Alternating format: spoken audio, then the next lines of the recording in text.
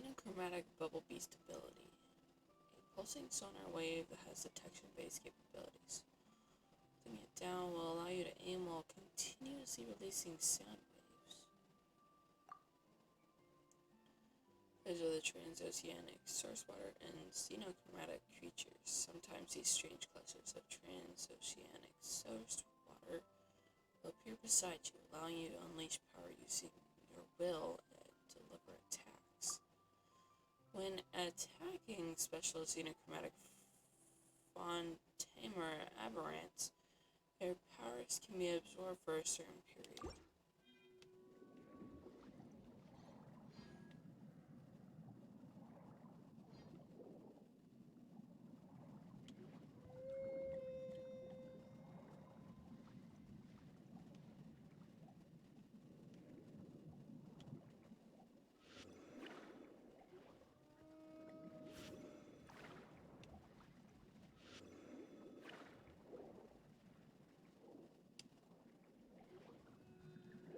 A and X also have you go up and down. Cool.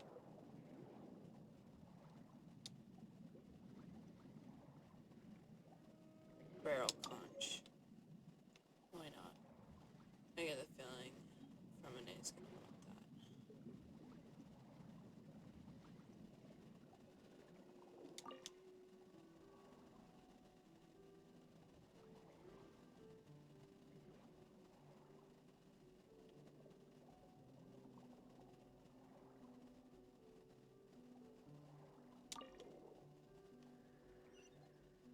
Huh?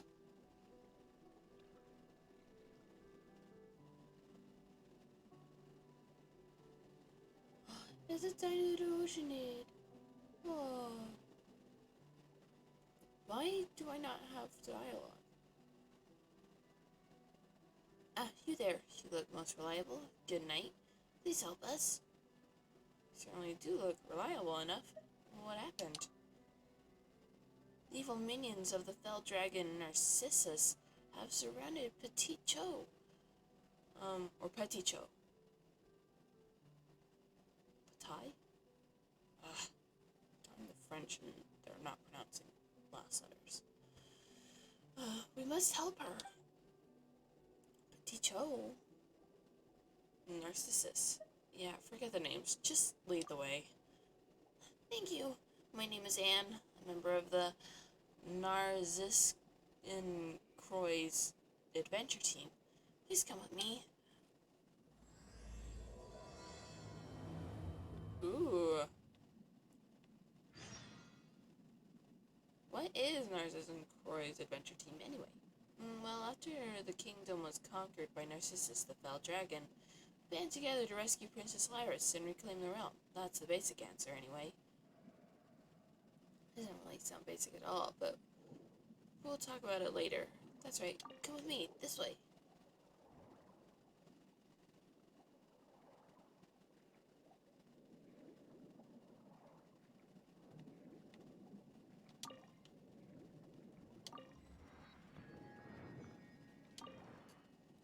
Wait, am I on the story quest? Ah, no, I'm on a world quest. Okay, so at least it makes sense that I'm not able to speak with people. Wait, Pyro. Dang it. Beak, get away from me. Is that the Petit Cho you were referring to, Anne? That's alright. Please help her. Mwah, I have you now, of the adventure team. If you don't leave, I'm gonna get serious. Grrr. Oh.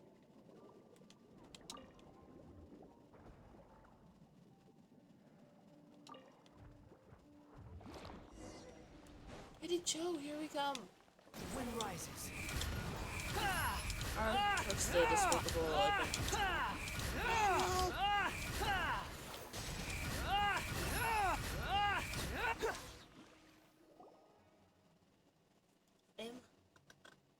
I'm saved. Wait, so Petit Cho is a finch? Petit Cho is Petit Cho. Regardless, it's good that you're well, Petty Cho. Now, let me introduce these two. Actually, I haven't yet asked you to your names. I'm a knight who looks most reliable. Carrington's the name. And Paimon's Paimon. Thank you, Knight Carrington, Squire Paimon. Squire? Squire Paimon, attend to my weapons. Squire Paimon, my shoulders ache. She's not my squire. We're companions.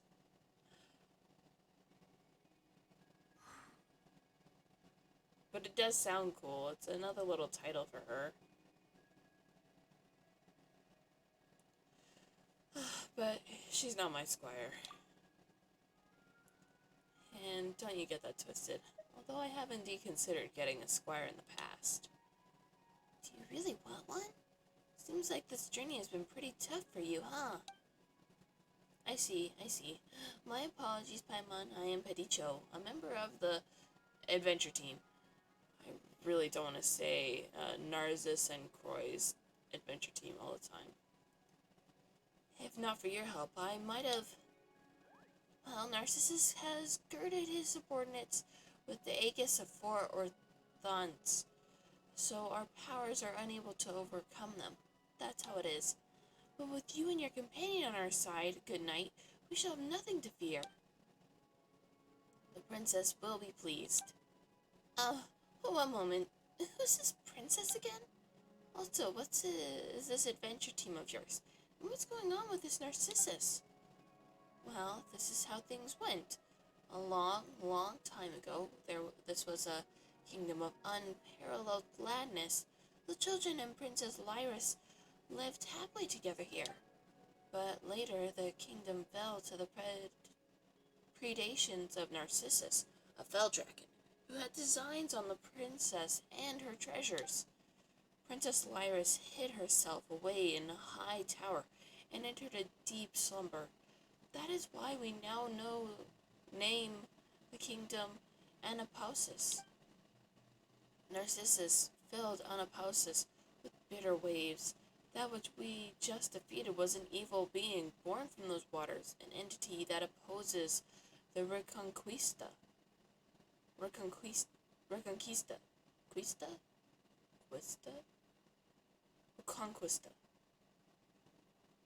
Reconquista. I don't know. This time, we attempted to infiltrate this place and rescue the princess while the dragon was absent. However, we ran into a great many foes, and ultimately we failed. But now that we have you and Paimon on our side, Carrington, we have nothing to fear. Moreover, we have a princess, a kingdom, and a wicked dragon. Tradition and the stories dictate that we must also have a knight. Yes, a mighty and righteous knight like you, Carrington. Stories? Tradition? Well, I have defeated a dragon in the past. Multiple, actually. I'm not sure what you're going on about, but if it's a dragon you want, Carrington's beaten them before. Really? You have? That did happen. More than once, in fact. Really? You're so strong. It is our great fortune to have met you, good knight Carrington. It seems that the time has come at last for the Reconquista. The Narcissus and Croy's adventure team shall reclaim the realm and rescue Princess Lyris. Come, Petty Cho, let us do as we planned. First, let's get rid of all this foul water. I'll do my best.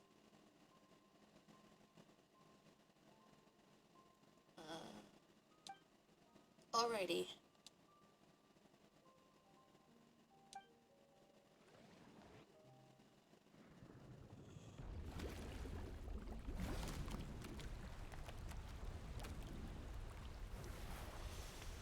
Wait, all those fish.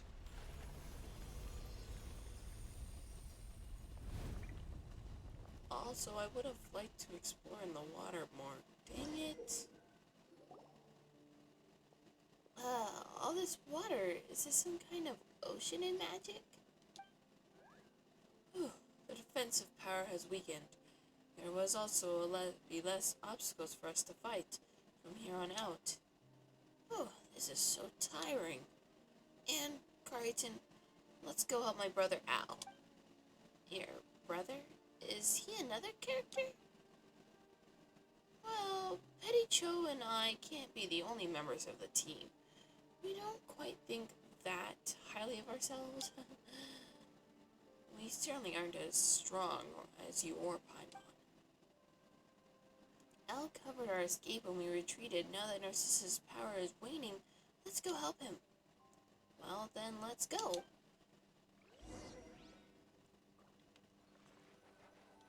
Oh, all the fish are dead. This water bubble. No! Too slow. Quit following me.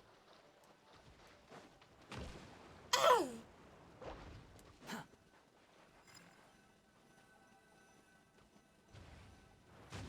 Hey, I thought I was gonna hit the crystal. Whatever. Quit following me. No! All the way back? Squall and Fury. Too slow. Jeez. And now you've been surrounded. Behold. Got the tower here to help you. Oh my, Petty Cho.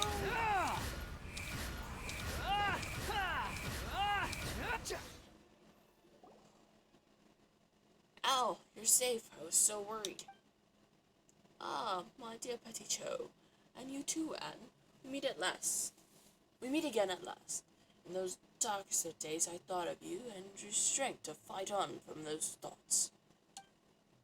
Thank you, noble warriors. You have come forth to uphold the cause of justice.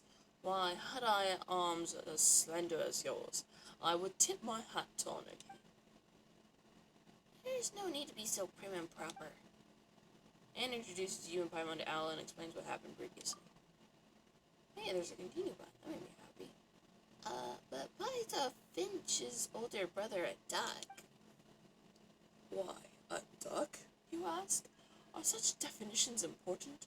I have a supple body, an iron will, and webbed feet with which to tread water. Of these I am proud, and that is enough. And Petty Cho is Petty Cho.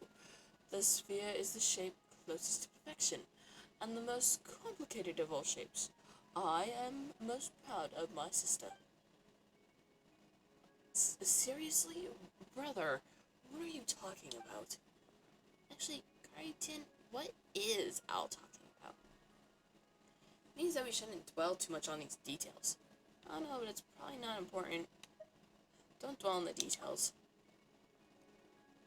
We, members of the... I'll just say it. Narcissus and Croix's adventure team are disparate indeed. Disparate? Is that how you spell desperate, or is it something else?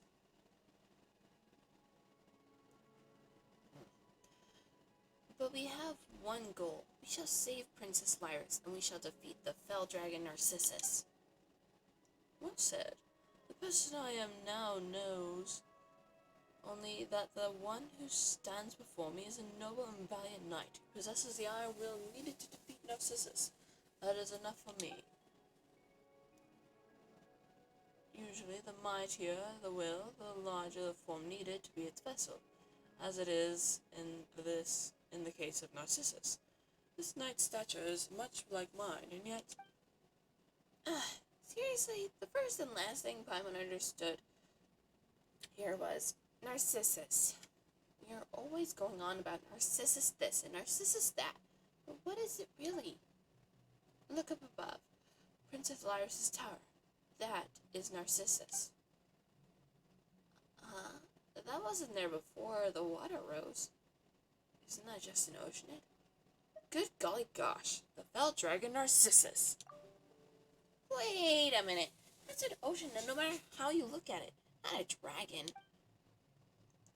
But that is the fell dragon, Narcissus. The dragon who invaded the Narcissus and Croix's kingdom. And its wings are very huge and frightening.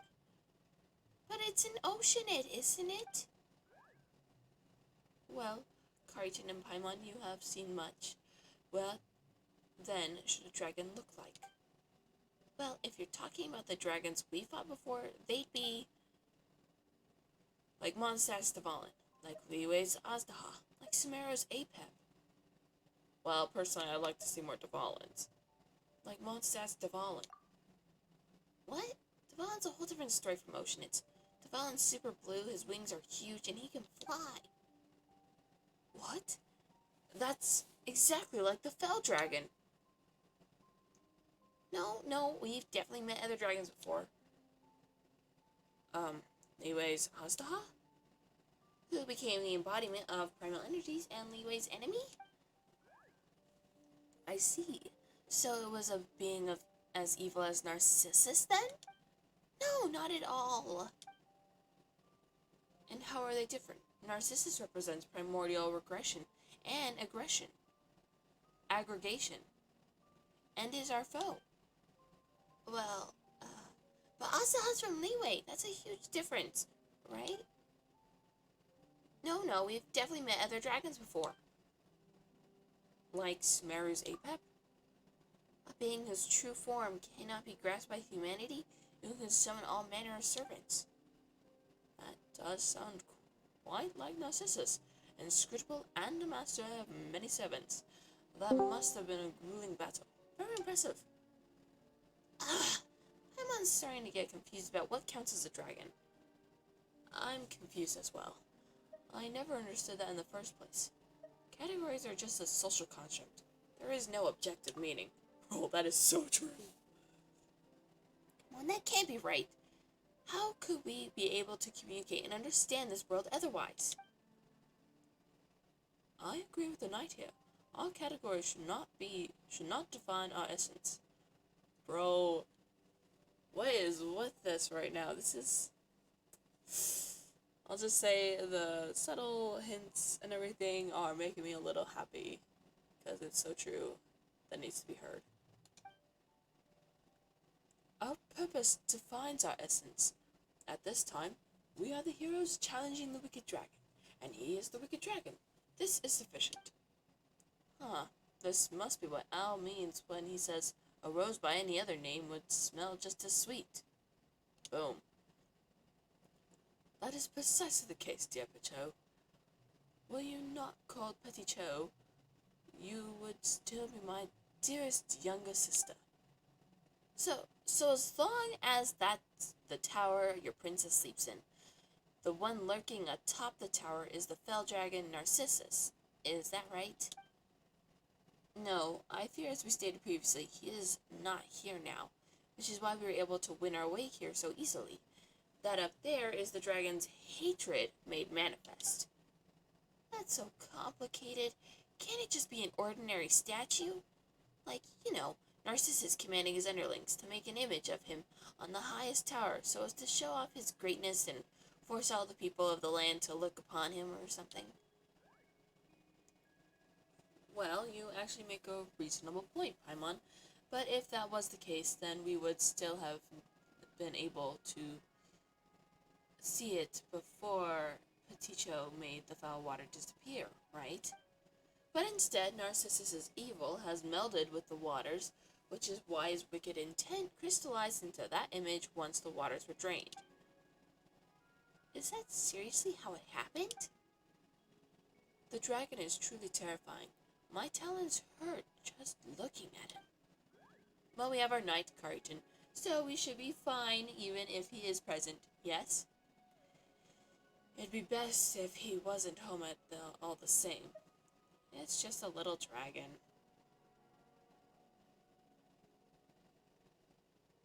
It's just a little dragon. That's our Carrington for you. Let us move on then. With you by our side, we have nothing to fear. Let me actually change my party so Scar doesn't die.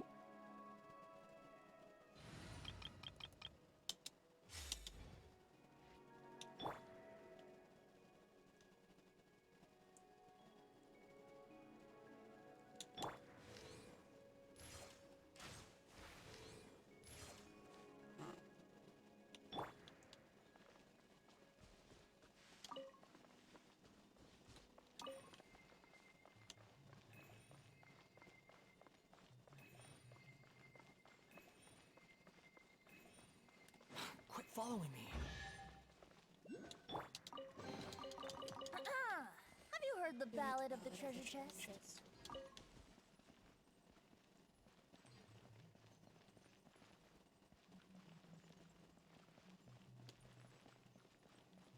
I also get the feeling I might need the Hydro Traveler when the water is gone.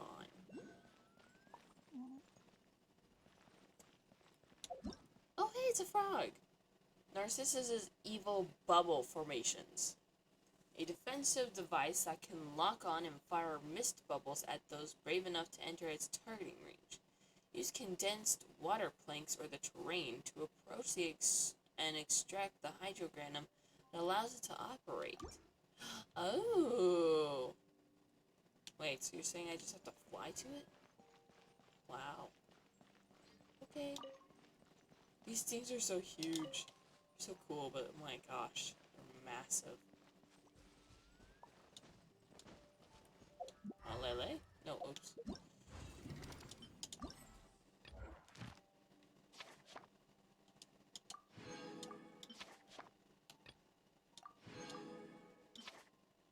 Oh, I love that this is all unlocked. That's so cool.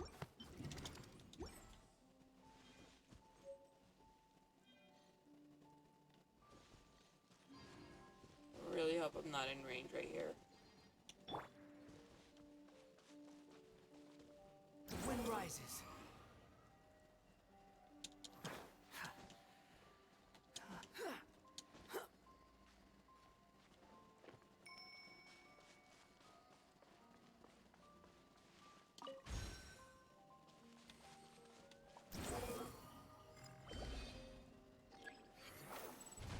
No!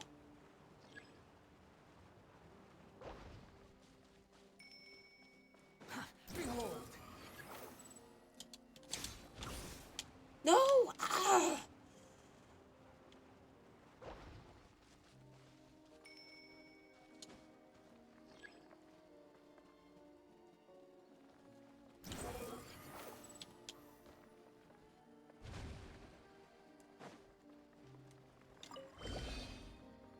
Hey, villain. Squall and fury.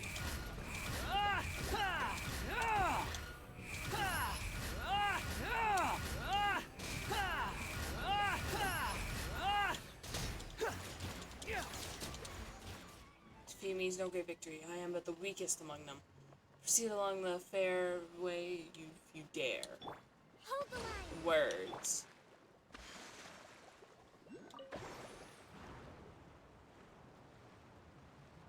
Words and words. Oh, hello. Wait, do I just attack this? What? Oh, I wish I knew that I could just attack this. I'll have a pleasant time. Ah! No! Take it and have fun. Will do.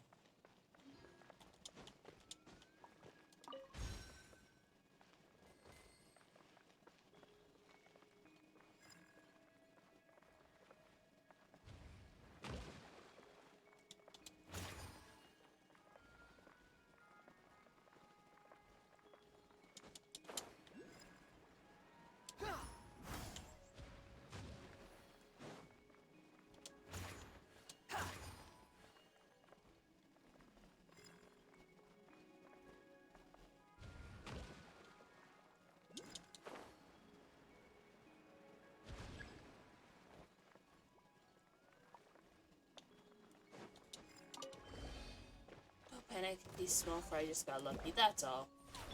Rest and rebuild! Behold!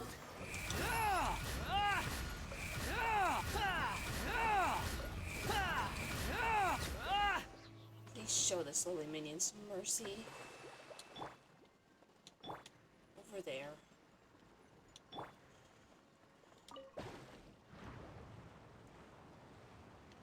Ooh.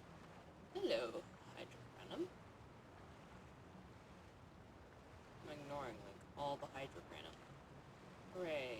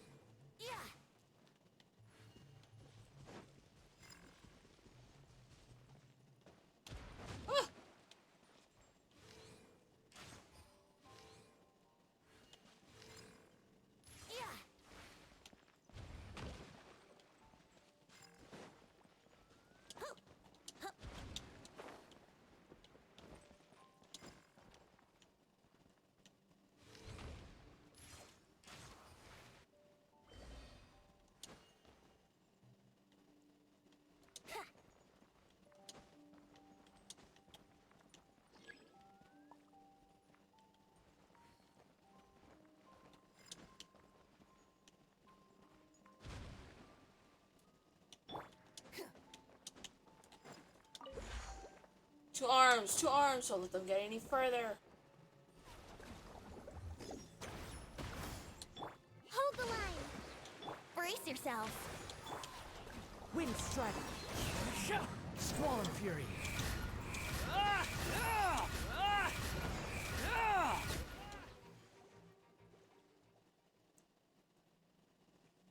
Well, guess we won't be worrying about this mysterious bubble cannon anymore. Well done, soldiers. Assemble! Huh? Where's that voice coming from? Does soldiers refer to us? Wonderful. It seems that Colonel Kate is still here. Let's go meet up with him. You look well. This is good. These two are reinforcements, then? Yes, they are. Halt. I do not wish to know soldiers' names. Amidst cruel battle, anyone can be turned into ruptured bubbles and scattered to foam at any time. Knowing the names of the troops will only cast a shadow upon a final victory. Bless you, R.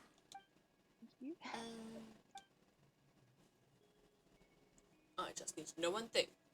Are they the reinforcements you sought? Yes, but... Very good. Fresh hands will help us continue our suppression of the two remaining bubble formations. About the bubble formation. Next time, soldier, you will give your part first before asking questions. Yes, the formations are places of unparalleled peril, not to mention the three mighty subordinates that Narcissus has placed within them. Well, about that, we've actually cleared all the formations. What? Why didn't you say so earlier? We've been trying to tell you, but you haven't been listening. Well then, it's good to see that everyone is well. So, and who are these people again? I'm Carrington, and this is Paimon. Carrington, reporting in. Paimon, reporting in. Very good, Carrington, Paimon, very good. It's a pleasure to have new blood like you in Kate's resistance front. Let us fight for Princess Lyris and the Reconquista. Kate's resistance front, huh? Are you guys the same thing as Narcissus and Croy's adventure team? Let me think. We are now the same thing, is how I would put it. Indeed, we have the same objective and plan of action. It is only because I have more combat experience that I am a colonel with my own force. Where's the rest of your team? We charged bravely into the bubble formation. Yes, and where's your team? We charged bravely into the bubble formation. And as for the rest, please don't ask. Looks like Colonel Kate's got problems too. Well, he is up against immense firepower, or should I say, water power. Oh, what's next for you? I plan on going behind enemy lines to see what can be done there. After all, it should be quite easy to go up there now that the bubble formation has been broken. I mean, I can't lose to some new recruit, can I? There's no shame in losing to me. This isn't a competition. Regardless, I shall return when the sun sinks into the sea, victory in hand. Let us meet again before the high tower. Colonel Kate bounces away. Wait, there's neither sun nor sea here.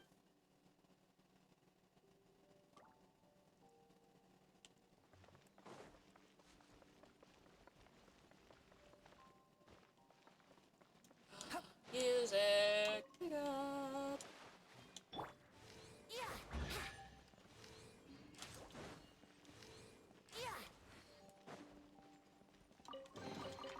Thank Barbados. Wait a minute.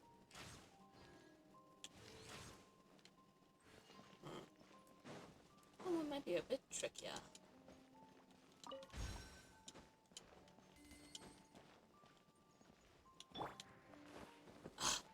The wind rises. Oh, I can't even go in. Oh, okay. Fine, I see how it is.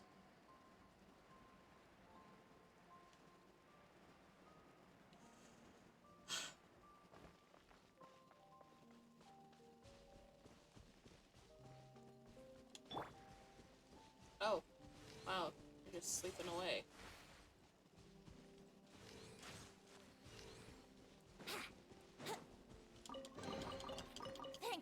potatoes. Wait a minute. Wouldn't gliding be faster?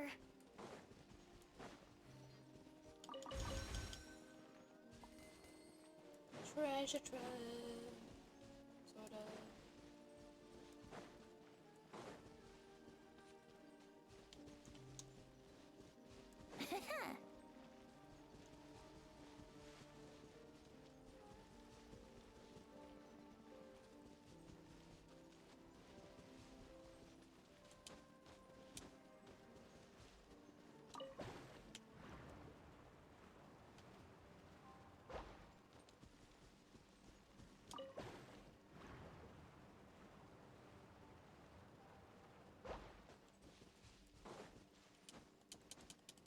Huh?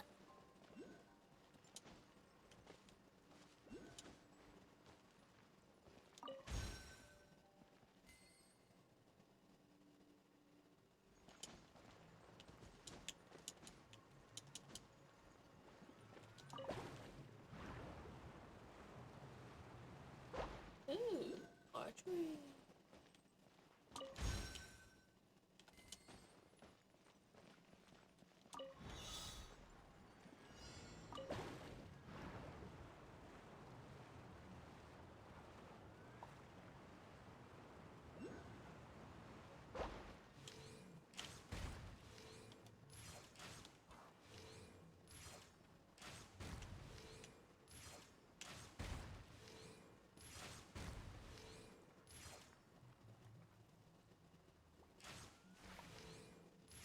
Yeah.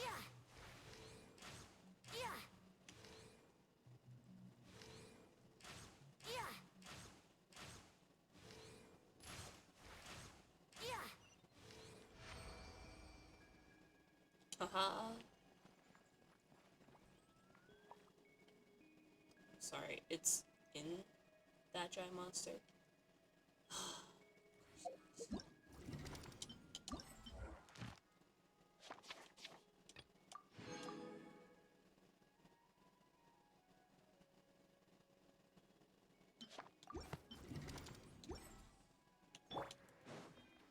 Squall and Fury.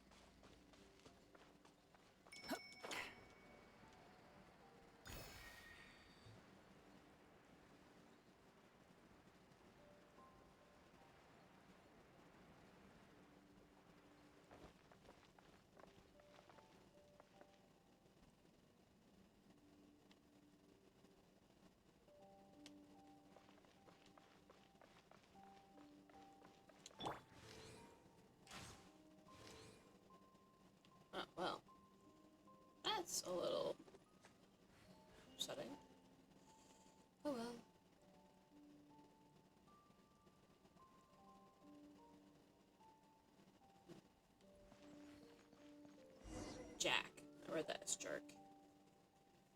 Jack! Thank goodness you're safe.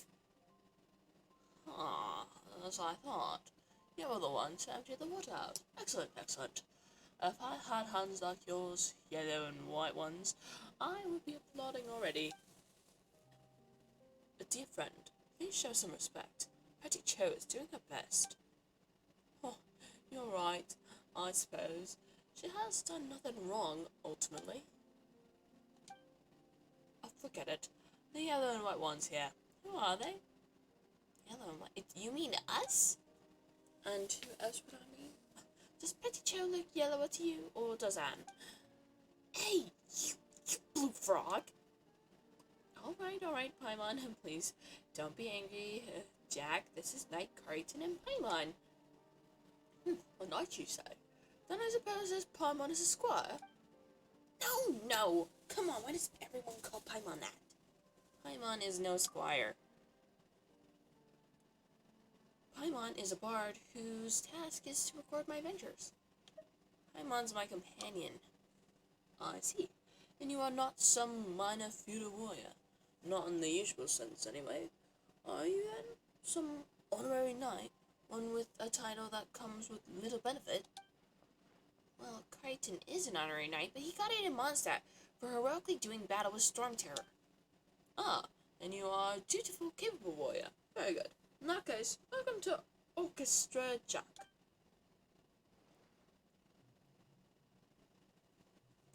An orchestra? That sounds oddly similar to Kate's Resistance Front. I don't know much about music. Wonderful. I'm a master musician. An orchestra? Is this some kind of musical troupe? The name is merely an analogy. When we weave resistance like an orchestra in our struggle against Narcissus as we seek to rescue Miss Lysis. Lyris. You mean Princess Lyris? Miss? That's right. Isn't Lyris a princess? Well, both terms refer to the same person. But leaving that aside, we should... Listen well, the little princess is a rigid, hierarchical term of address, a product of an oppressive system. Welcome back. It was a title whose merit is birth, not labor or wisdom. Here we go again. If the universe was a more rational one, there would be no gods, no kings, and certainly no princes or princesses. Nor would there be a mystical powers that only few may wield. Do you follow me thus far? There will always be those who desire special privileges. Do you put your name on your organization as well? This rabbit hole is not for me. This sounds really deep, but it's also confusing, Paimon. But not doing anything all day while being able to enjoy delicious sweet madams is pretty nice. Is there anything wrong with that? See?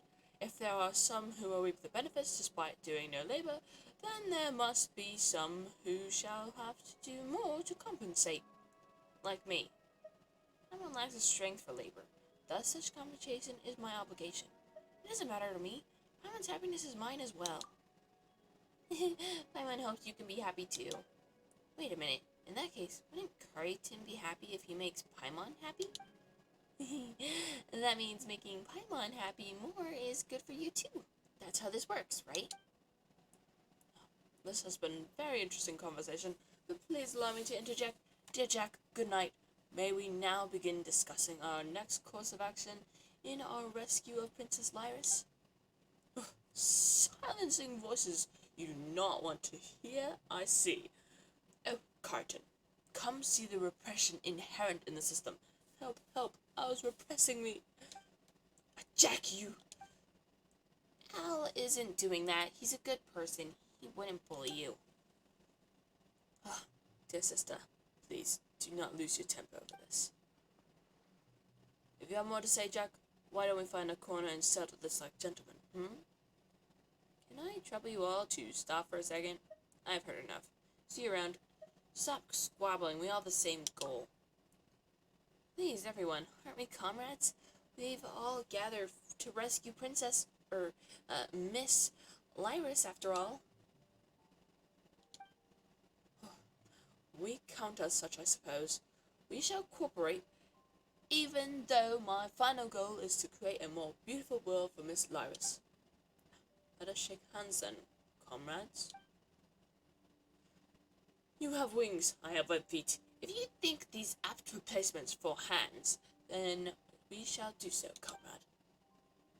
Jack and Al shake hands awkwardly.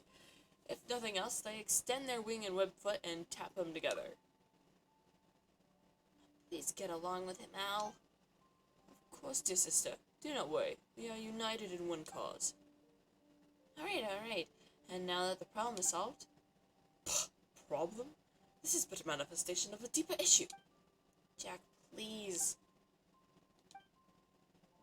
Okay, so what do we do next, Dan? Oh, right, I almost forgot that we were here to save the princess.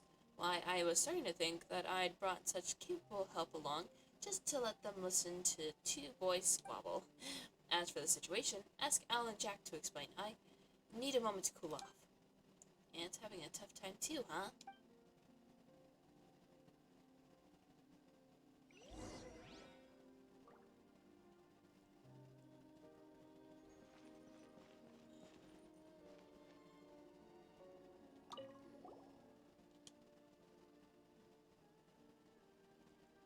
You're pretty difficult yourself. He wasn't always like this. He once had a really good heart and loved to cry. He would take care of the younger children. But one day, he said that he would never cry again, and later still, he changed. This might be due to Lyney. I fear, and Lyney changed too. And who's Lyney? Sorry, where was I? Right, our course of action. Should ask Jack and the others. He and Al might argue a lot, but they're actually good friends.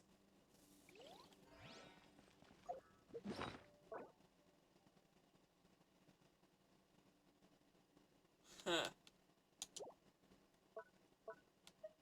Expired. Wow. Ooh, I have enough for another wish.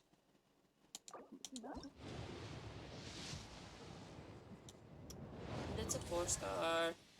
What? Oh my gosh. You're gonna see Sixer, I just know it. Right? I want your brother. Nothing against you, I love you as well. But I want your brother right now.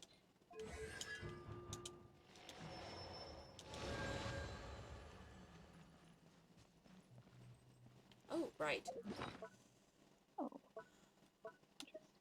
Serenity pot.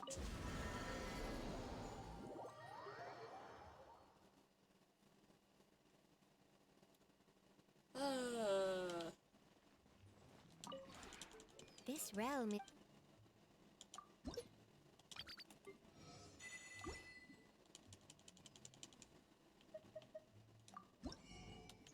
Yeah.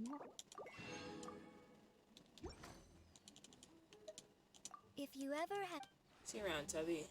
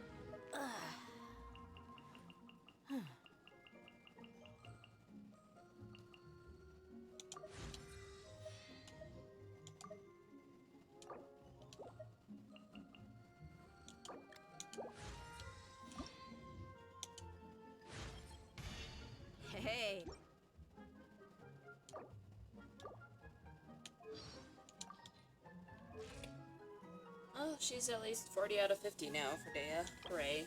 Huh. Grinding on the pyramid. Eventually. Not today. Not today. Sweet. Grinding on the other end. Yes.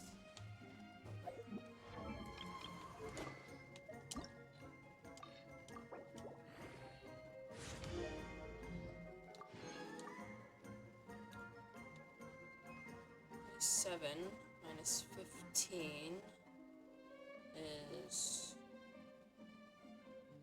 12.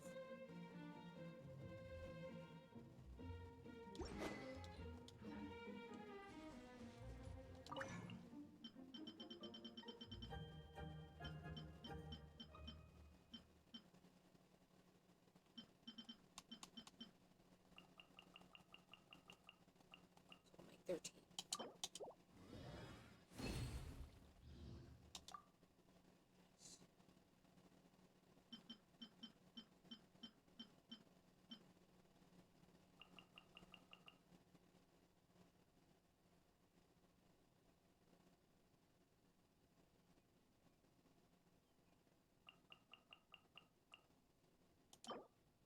Probably more than I actually needed, but oh well.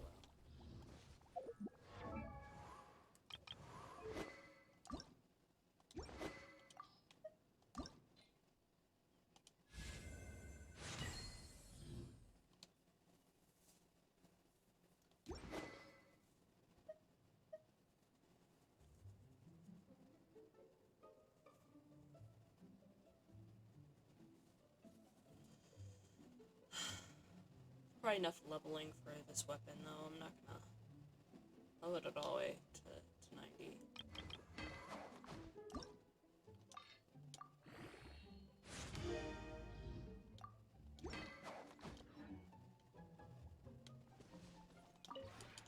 This realm.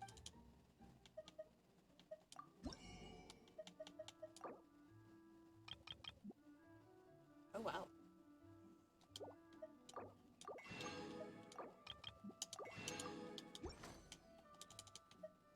If you ever.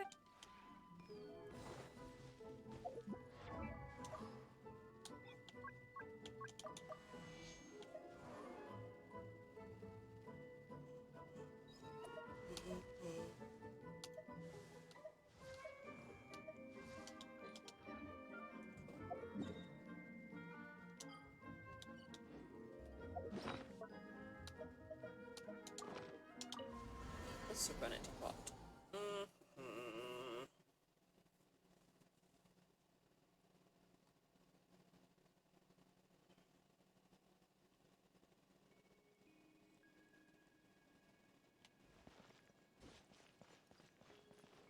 Wouldn't gliding be faster?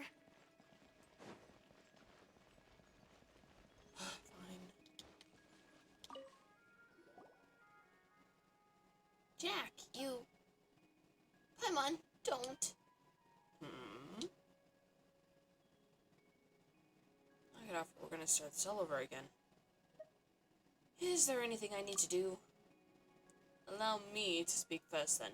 On a night in Paimon, considering the tower before us, Narcissus has been unable to overcome it. As such, the princess is still safe. At that time, when all seemed lost, the princess gave her greatest treasure to us, and that was the time that belonged to her. She gave you her what now? Time, you say? After she lost that time, the princess and the tower she dwells in both fell into a stagnant, dreamless slumber. In remembrance of her, we named our fallen realm the Anapasis. And what does that mean? Because it has completely stagnated, Narcissus has only been unable to taint anything within. It's more or less our situation. What do you mean, more or less our situation? Firstly, how would someone give anyone else their time?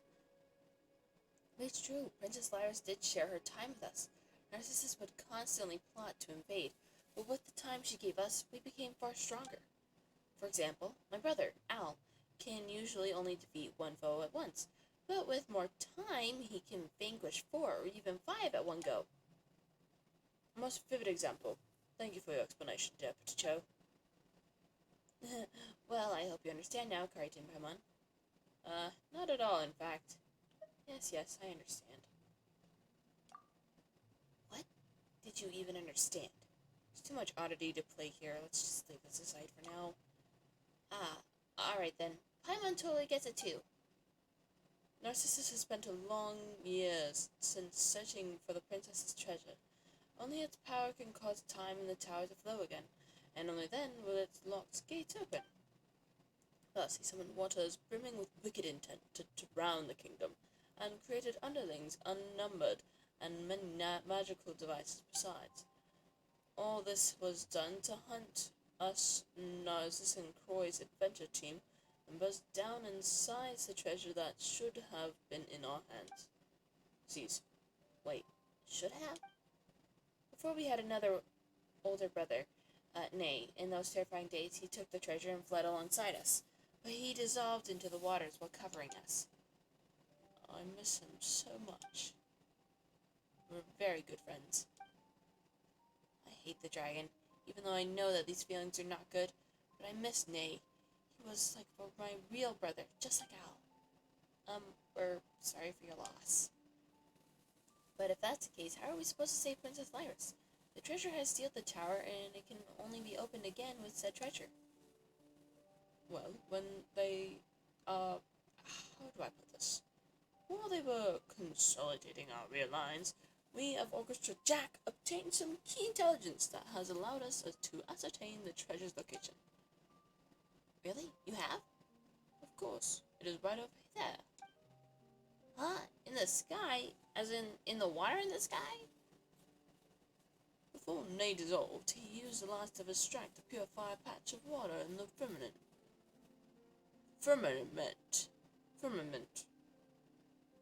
Words. It was there that he hid the treasure. What an irony. It seems that Narcissus has gotten too used to looking down upon the citizenry below, and has not been in the habit of looking up. And there, the treasure has been hidden all along. I see. Well, it does sound like something Nay would come up with. How do we get up there, though? Could Petty Cho and Al take us up there? Very imaginative idea, but unfortunately impractical. If we go up there, we should find a small fountain full of magic. Options may open to us should we reach it. Are you feeling better now, Anne? Thank you, Paimon, but you need not worry. But before we ascend, we need to deal with the various bubble formations to make safe our path. Bubble formations? There's 3 of them, right? If that's the case, we've already taken them all out. My, that's a mighty knight in Paimon for you. Ah, it's just a shame that I was unable to watch the battle between you and the 3 royal blades of Narcissus in person. We're super weak. It was a grinding battle, but we ultimately emerged triumphant. Sorry, what of the what now? The 3 leaders who were defending the 3 bubble formations. They were quickly dispatched by Karitin, though as if they were mere chaff. Ah, what reliable allies you are. When you've the time, please do tell Petit Cho and I of that valorous deed. Please do. In that case, to the fountain. We will find a way to access the waters above and retrieve Princess... Okay. Al, Petit Cho, Jack, this place is yours to guard. Oh, there's a chest.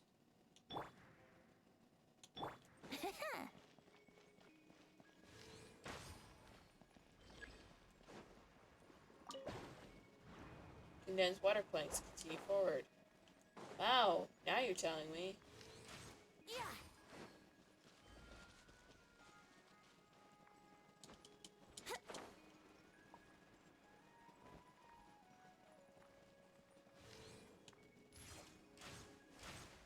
There's only 200 Hydroculus. Oh, really? Yeah, because the statues, at least for the first level, it only takes 20. But I don't know if that's standard. I think that changes. Okay.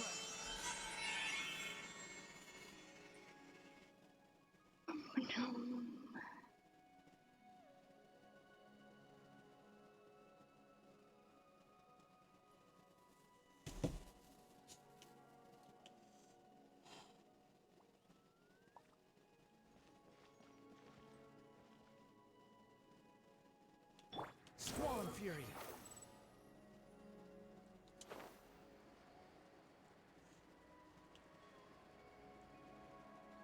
Get up as high as I can.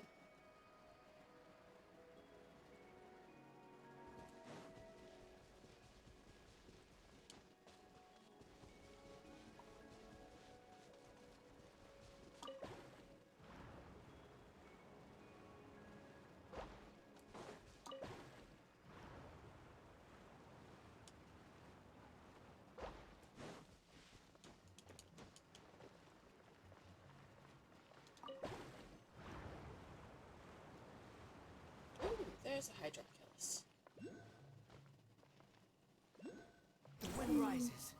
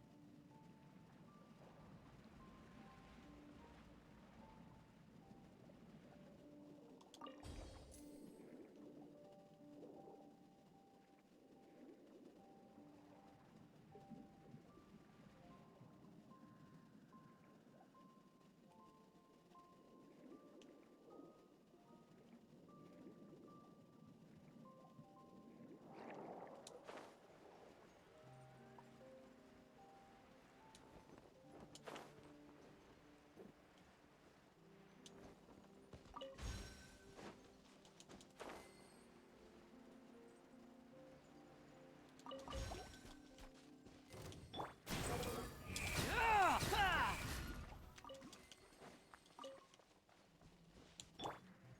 Yahoo!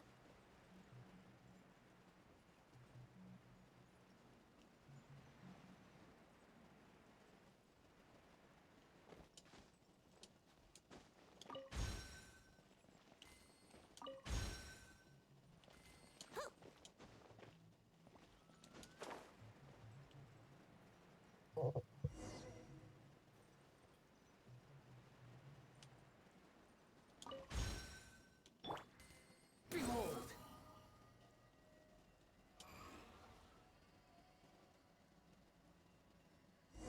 Oh my, hello, Mori. Hello. Mori, no. Woof woof. Bad people. What? Oh, why is it attacking us? Too Wait, slow. there's a person there. Mori, don't. How rude.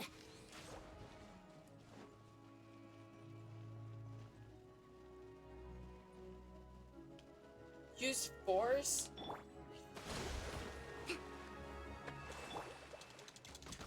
Here we go. Alright, Mori. I'll just kill you. Silly dog, Mori. Bad. They're good people. Woof. Understood. Give paw? Huh? You really are a dog. You and Paimon shake hands with Mori. It's a slippery experience, as one might expect of a dog made of water. Great. Now we're all introduced. Don't attack them, okay, Mori? Ah, so you're a dog. This makes much more sense. Does it? Does it really? How does Mori resemble a dog at all? Don't say Al. Didn't Al say that? What? Don't you go believing that purpose defines essence nonsense, and even if you do, Paimon won't. But that's what Mori is, though. A silly dog. Yeah, whatever. If an oceanid can be an evil dragon, then a forest boar can be a dog. Alright? Alright. I am a silly dog, yes. Woof. And you've been a good boy, haven't you, guarding this place? So is Mori a member of your team? No, I mean Mori's a dog. But a duck, a frog, a finch, and a squirrel can join, so why can't a dog? Mori is Mori. Must protect the princess. A long, long time ago, Mori played here with the princess, Al Peticho, Nay, and Jack. But their air and water were later filled with the scent of evil, and everyone left. Only the princess remains, so I protect her. So that's Princess Lyris? Right, it was mentioned earlier that the princess lost her treasure, which is why everything stagnated. So this is where it was. Problem solved. Isn't the princess in the tower, though? That's right. This is only a statue of her. Seriously? Another looks like it, but not really? Woof woof? Not the princess? Nope, Princess Iris is in her tower. There were 2 more princesses? No, silly, this one's not real. Woof woof. Not the princess? Well, trying to give it a sniff. Woof woof? Not the princess? Told you so. Well, it is an understandable mistake.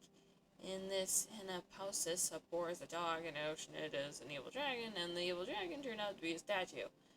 And a duck and a finch are siblings, and a squirrel is a colonel. Exactly! Paimon can feel our sense of what's real and not slipping away the longer we stay here. Let's not sweat the small stuff, alright? Okay, Mori, be a good doggy and descend the tower, then meet up with everyone. Okay, what about you, Anne? Me? Well, I'm going with Kariton and Paimon to reclaim the princess's treasure. I see. Okay, bye-bye. Alright then, what do we do now? Use these bubbles. The princess would make these back when she would play with us, and they would fly very high up indeed. We would fly around in those bubbles, touring the realm. Sounds quite exciting. That sounds like the trick those Hydro Abyss mages pull. Hey, don't say that about the princess's magic. Whatever the case, we just need to sit in the bubble and it'll take us up there, right? That's right. In the meantime, I'll do my best to control the bubble's direction. Oh. Super easy. What a find!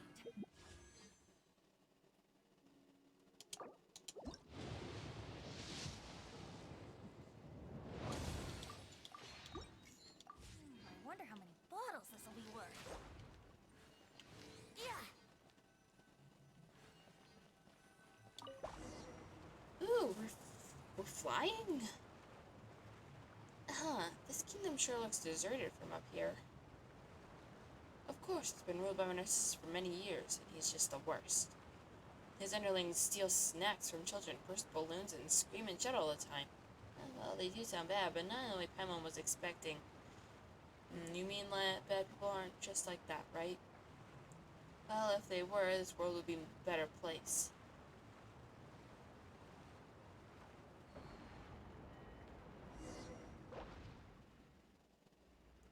Were we just flying up into the sky in a bubble? Yes, we were. And we kept going up and up and up until we crashed headfirst into the water, right? Yes. Is there something wrong? There's so much wrong with that. Paimon doesn't even know where to start. Perhaps it's just one of the kingdom's magical aspects. Not much to have their soul weighed down by gravity. You know what?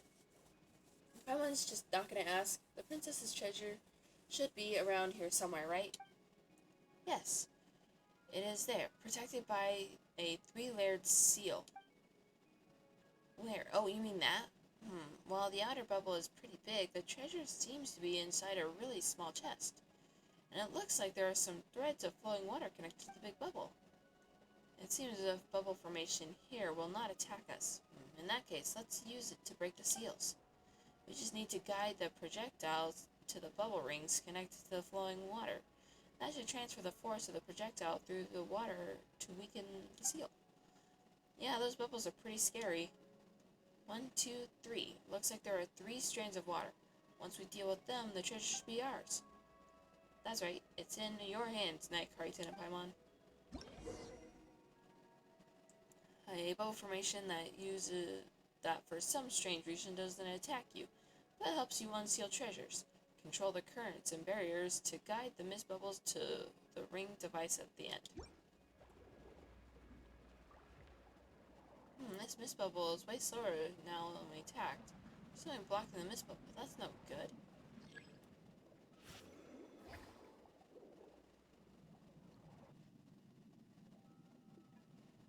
Hooray.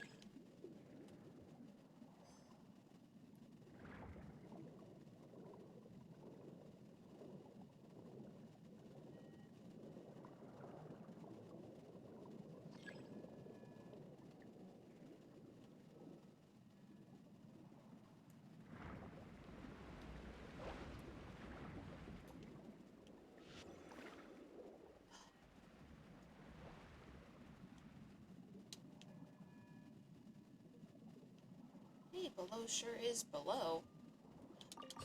Suddenly feels very afraid of heights. Well, you have to ride the bubble all the way back up. For the fact that Paimon can fly.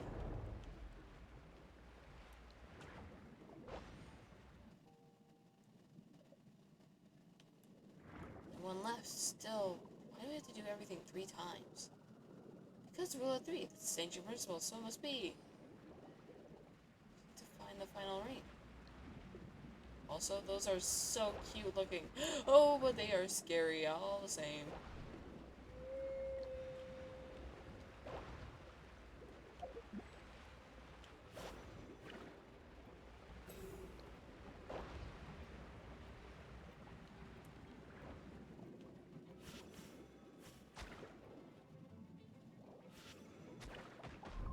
Ugh, I'm not in the mood for this. Ah! Betty, no!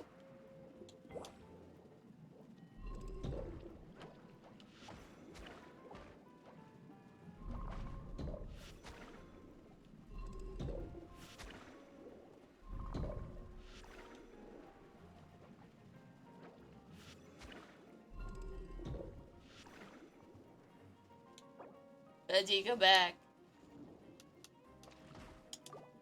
Ow! There's another one? Yeah. Gosh.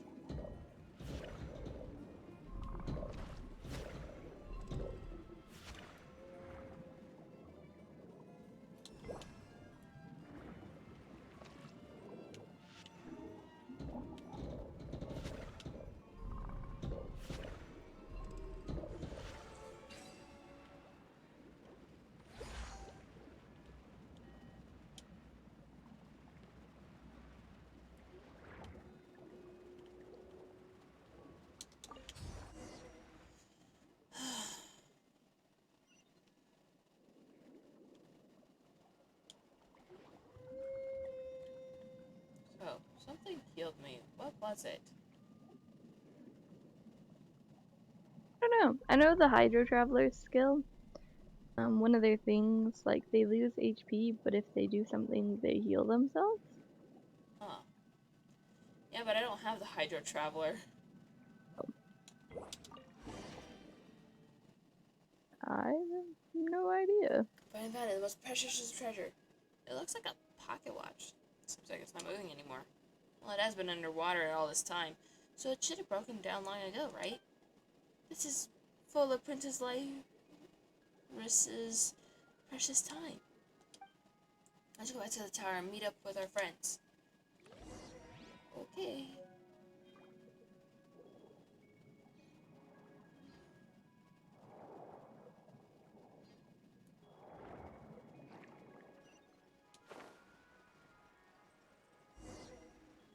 Cool. You're back! Colonel Kate and Moy linked up with us while you were out. We're back with the princess's treasure. Well done, soldier. You've made a fine contribution. The Resistance Front is proud of you. Kate, now is the time. Not so fast, Colonel. Curtin is a contact of the orchestra, not cannon fodder for some no-name army. Your orchestra couldn't hold Kyton, not unless you wanted to name it after him instead. And what of your rank? You may as well give it to Kyton, no? Soldiers bleed while commanders steal the glory. This is quite ordinary. But you're special. A colonel who not only does nothing, but even lets his troops take credit for victory. While you were willing your time away here, I was taking out the bubble formations in the water above. If not for that, they would not have gained the treasure so easily. Stop fighting army, all of you. I've heard enough. See you around. Let's get this straight first. I didn't join any of you. That's it. I'm done. Mori, get him. Oof, oof, bad person. Mori bowels Jack over. Kate laughs at him, only to also be knocked over by Mori. The altercation is eventually calmed by Alan Pettichot's meditation. Honestly. He's really reliable at times like this, huh? In some ways. Let's get back to business, shall we? That's right. We'll get nowhere if we keep arguing, and the more we go nowhere, the more we're gonna argue. Yes, you're both right. Let's have a speech then, Anne. The rousing kind. But I approve of Paimon's suggestion. Is it not at such times that an adventurer team's leader should step up to the plate? But I'm not good at speeches, and can you really call me the leader? As surely as I am colonel, I affirm that you would be the best officer for this adventure team. My views of the title of colonel aside, we are in accord. I don't know much about the leaders or glory or whatever, but if not for you, and if not for Karitin and Paimon, whom you brought here, I don't know that would have become of me. Knight Karitin, Paimon, what do you say? This is what everyone wants. This is between you and them. Karitin means that since everyone says so, you should just accept. Well, in that case, what should a leader say in times like this? What Paimon think? Since we have Princess Lyris's treasure, next we just need to enter the tower and rescue her, right? So you just need to encourage everyone to do just that before we start. Paimon, do you have any interest in being leader? How about you, Karitin? Hey, you can't do that. Why not? If not for your strength, we wouldn't have made it this far. We're just here to support you. I'm not going to ever step on what's been a relaxing time so far. Wouldn't that make me a Grand Master of sorts? That seems tiring. Forget it. If you do become one someday, don't forget to make Paimon an honorary knight. Now that's a title Paimon can get behind. Whatever the case, only you can be the leader of this adventure team. That's what everyone wants, so stop trying to push it off to someone else. We'll support you! Oh, alright. This leader business used to be so much easier. Ahem. No matter what the name of our organization is, we're all a part of the Narcissus Croix adventure team. We have a common goal, to rescue Princess Lyris. Miss Lyris? Or Miss Lyris. And we intend to save the Narcissus Croix Kingdom. Republic. Please continue on. And restore the land and waters here to the original gleaming shimmer through the Reconquista, so that the sunflowers may once more flourish. Am I not right about that? That's right. We've experienced many battles and partings during the long years of conflict, and many team members we once had are no longer with us. But I won't forget the times we spent together. We'll always be friends. That's right. Even if I am our leader, I am everyone's friend first and foremost. The same goes for you, Colonel, Kate, Jack. Don't forget your friendship over differences in ideals and perspectives. That's being super mature right now, huh? Bravo applauds. That can't have been easy. With Knight Karitin and Paimon's aid, we were finally able to obtain the princess's treasure. Time that was once frozen will flow again, and we will rescue her. For that, Karitin and Paimon, I thank you. You will always be our friends. I believe that our princess would be glad to call you such. Okay, I'm done now. Bravo! What's next? Well, now I think it's time to unleash the treasure's power on the stagnant tower. This way, its time should flow once more. Like this.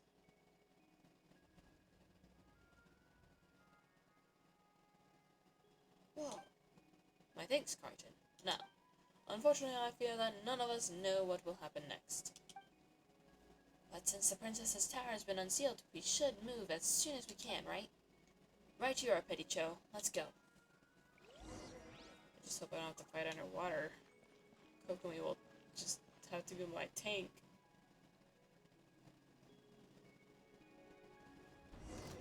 Wow, thanks for your help. Rest and rebuild. The wind knows me. By knights. Squall and fury.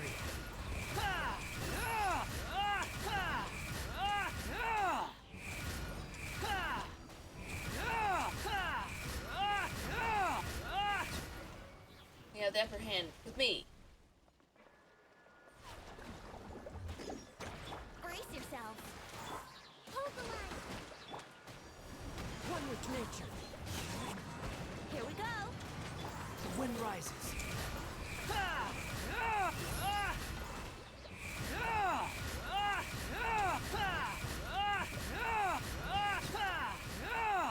Well, blonde hair tires. Now's the time. Tire? Psh, Allow I me. am not tired. Let's play. Squall and fury. Villain? Wow.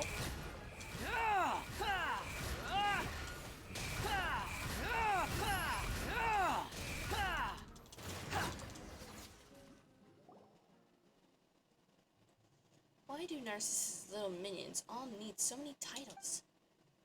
The more useless the person, the more hats they need.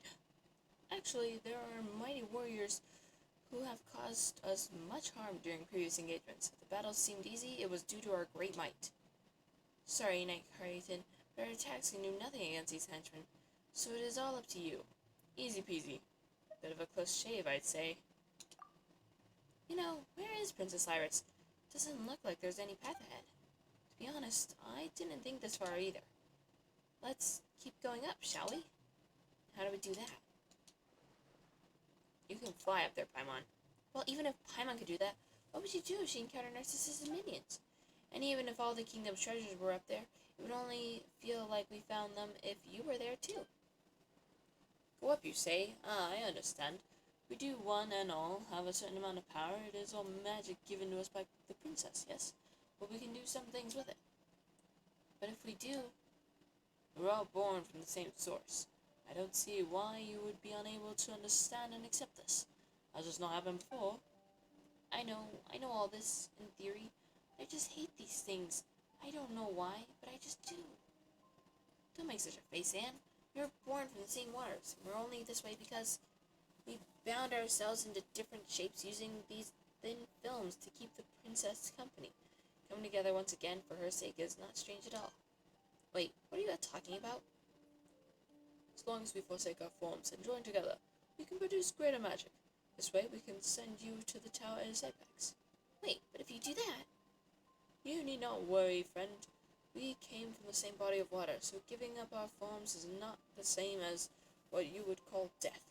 Pure waters can turn into creatures of all sorts, and such changes do not only go one way. Yep, even if we cannot adventure or fight alongside you, we can still progress together. Knight Carrington, Paimon, what do you say? This is not our decision to make. Only you can decide what your adventure team will do. Only you can decide whether we proceed or not. This is your story. You're right, Carrington, but... Give us our orders, ma'am. The tower's seals have been broken, which means they can no longer hold Narcissus back. Every moment counts. Alright, I'm counting on you all. Orders received. Leave it to us. Go with Carrington and Paimon, and make sure you save the princess. I leave Miss Lyris in your hands. In that case, my dear Petit Cho, Maury, Colonel Kate, and Jack. Okay. Bye-bye. It's just like what happened at Maury's fountain. Our power is derived from the princess. If so resolved, we can manifest it once more. Pull yourself together, Anne. Let's go, Knight Carrington, Paimon.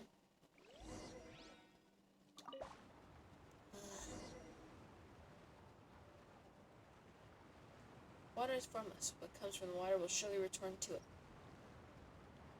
Once we rescue Princess Lyris, she should be able to bring them forth again.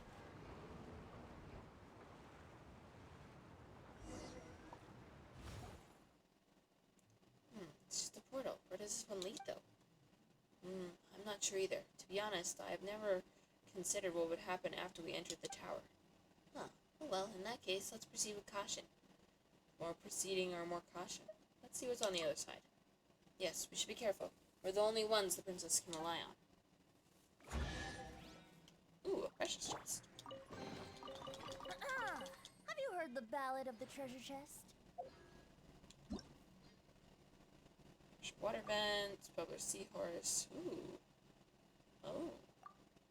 Full formation, but it's not evil this time. And a recovery orb. Oh, these little fish will heal me.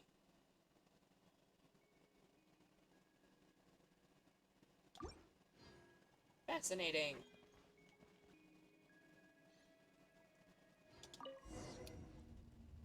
Oh, maybe a little warning next time?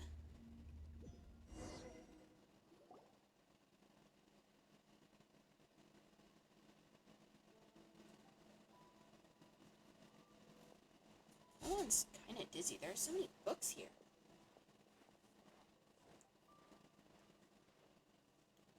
Is this a library? Is this a bookstore? Bro, this needs to be a meme. Is this a library? Bookery. Is this a bookstore?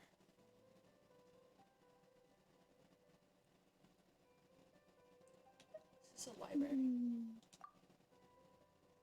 This library has existed since long before we arrived.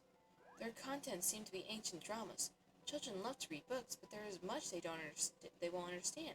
So they will often ask adults to read the stories to them. In the books, where there is an evil dragon, there must be heroes who hunt the dragon. If there is a mage, there must be a wandering knight. The reconquista must come to pass, and the princess must be saved. And of course, the chime will sound, and the tale of adventure will come to a halt. It will not end. There will be another adventure, and another one after that, until the children grow up and leave this place. And? Huh? Sorry. It felt like memories and feelings suddenly flooded into my mind. How strange. Huh. Well, as long as you're alright, Paimon thought you might have been bewitched by Narcissus's magic or something. That might actually be so. Well, what do we do next? I'm not sure either. Whatever the case, let's have a look around. Yep, first off, there's a door over there, but it looks like there's no way through it. You two should be able to get across. Hey, you're Anne's knight right now. You know, this will all be pointless if you don't come along. That's right. This towel sticks out like a sore thumb. Might be some sort of trap. Might be a path. Trap. Woman doesn't know either, but let's go all the same. Kingdom through the looking glass. Bro, I'm playing Alice now. Hardships experienced.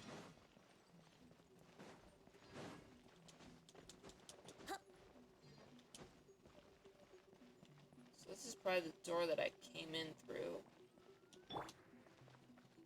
The wind rises.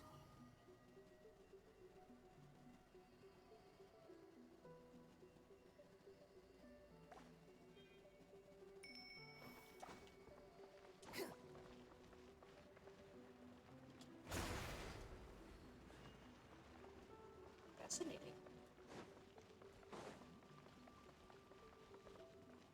Behold.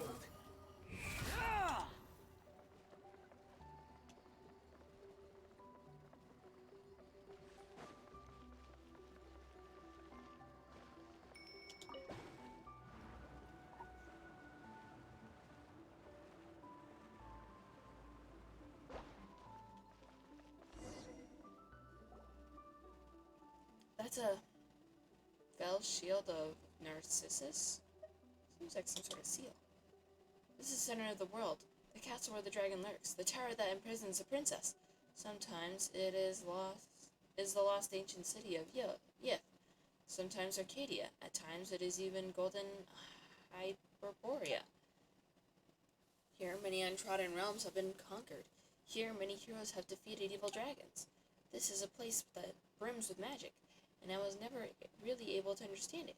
Children could see through a stone wall, the imaginary griffins that whirled free in the distant cloud-filled skies. These four pools would, in different adventure tales, be the four seas, and sometimes the four cardinal realms of the world. I could not understand these things either, but to accompany the children on their adventures, I played all sorts of roles. Are these more of those suddenly emerging memories? Yes. Anne, are you alright? I don't know. I feel very strange. These memories are so beautiful, but terrifying too. Look there, atop the small fountain. That is the holy blade of Narcissan Croix. Is it really? It looks, kind of cheap. Behold, Paimon, the holy blade. It's like that time with the sword of brilliant valor. Oh, okay, Paimon gets it. It is the tale behind the blade of one's belief in it that makes it a holy blade, right? With this sword in hand, Paimon bets that kids sure felt this, like invincible heroes, ready to take to the skies and do battle with their enemies, huh? Appropriately shaped branches and drawing poles could also, in the right tale, be the holy blade. But one day a certain woman, brought several wooden swords for the children to play with, so that the drawing poles would stop being used in fights. And who was that? I do not know. It must have been someone who once lived here. Yeah, it does seem like the kingdom was once a lively place with all sorts of people in it. When you think about it like that, the holy blade must have been very important. A normal sword can cleave flesh, but the holy blade can cleave spirit and will. As such, and even impervious dragons and formless illusions are no match for it. If the story of our adventure team is to reach its end, we will need the blade. Is it really that powerful? It just looks like a cheap wooden sword. Just take its holiness at face value.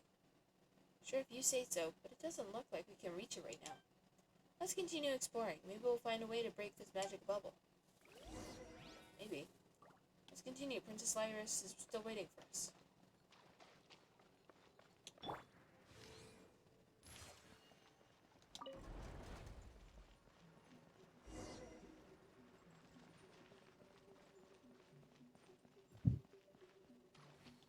I wonder if the crabs are gonna be like the turtles.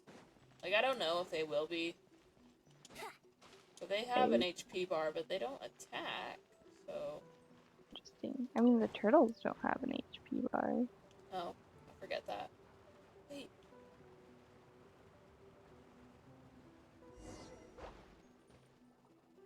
Oh, shoot. Of course. Yahoo! Oh, there's Hold the line! Oh. Wait. Huh? Time you blink more than show up. You even want this? Yes. Yes.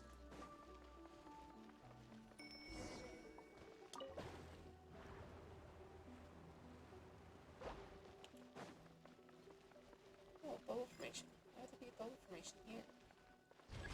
Oh.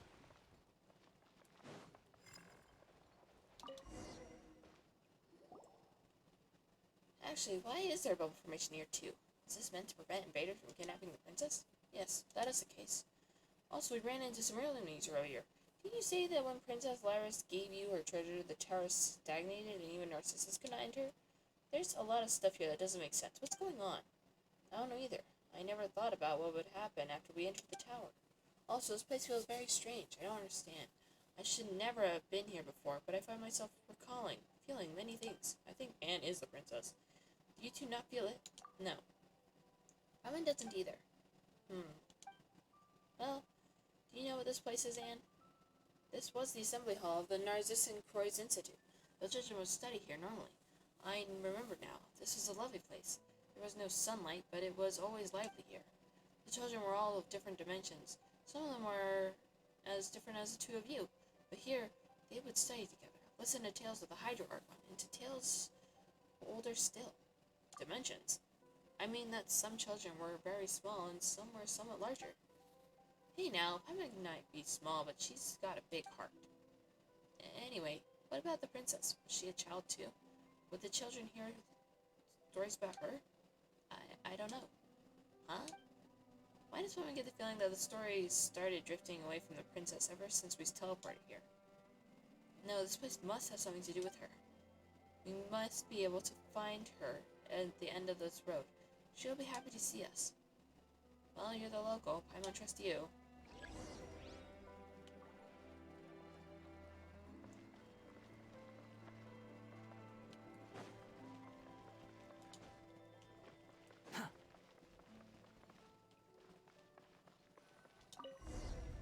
Hear the sound of a bell?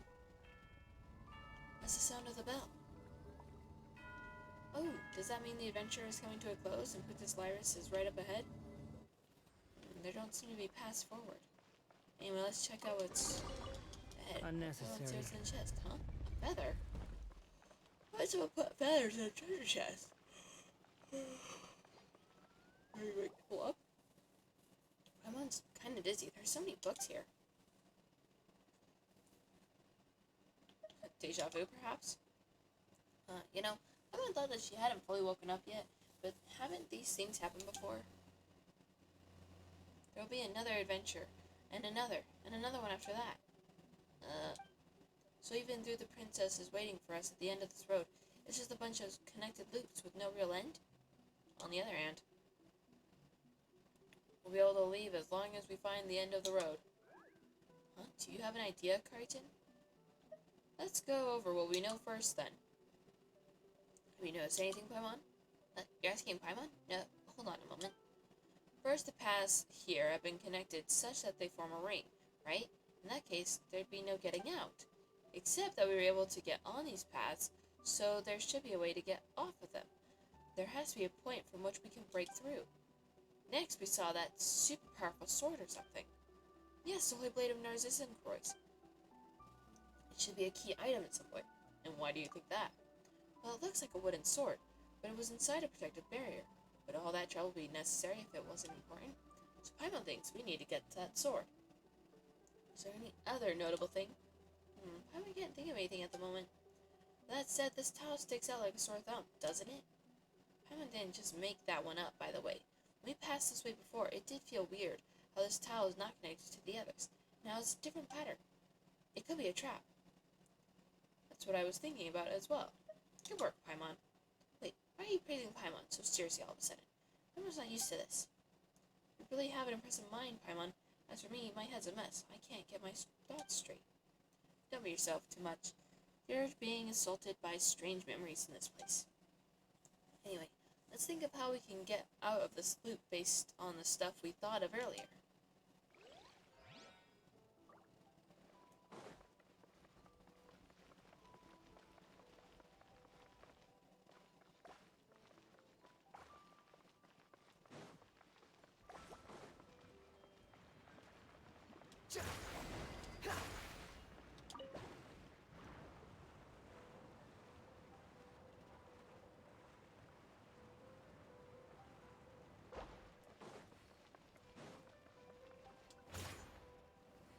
The feather.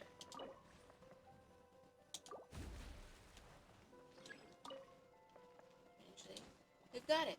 Holy Blade of Narcissus. Wait, what's this? Jabberwock? I am in Alice's world. I am. It's a second crab. He reunited you two.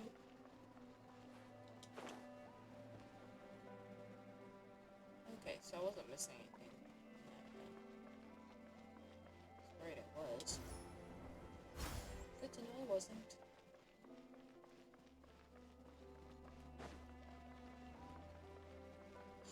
Two? Great. Rest and rebuild. As one with wind and cloud. The wind rises.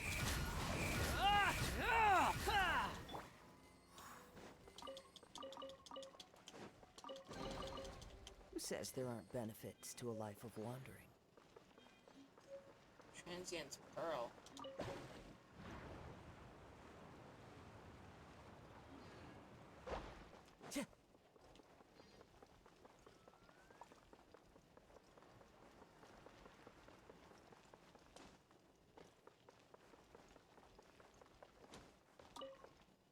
Hear the sound of a bell.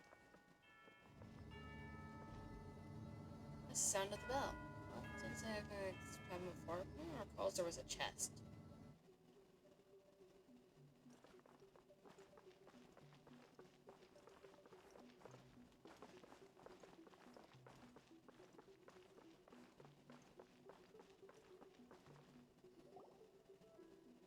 Everyone's kind of dizzy.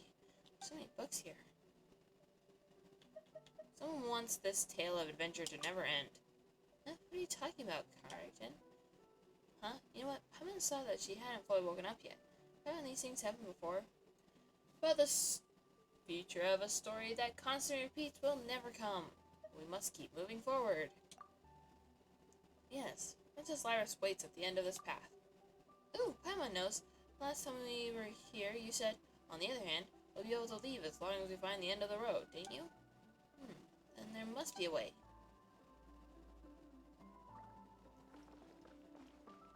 Hoorah!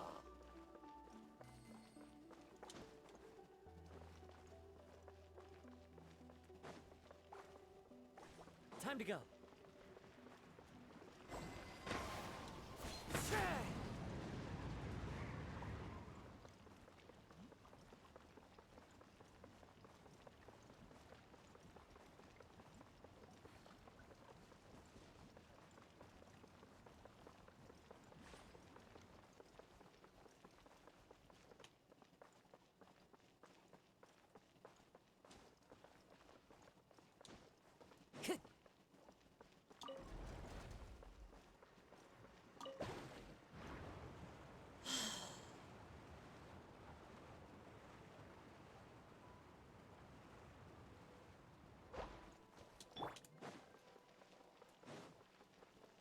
Allow me!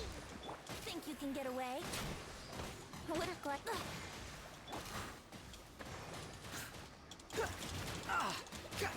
Swallow Fury! Quit following me. Have you heard the ballad of the treasure chest?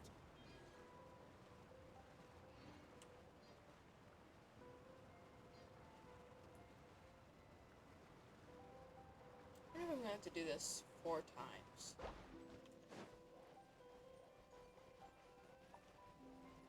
Now there's 3 of those.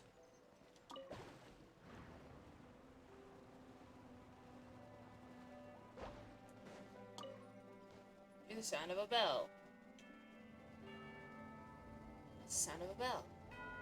Not as something like happened before. Paimon recalls there was a chest. Wait.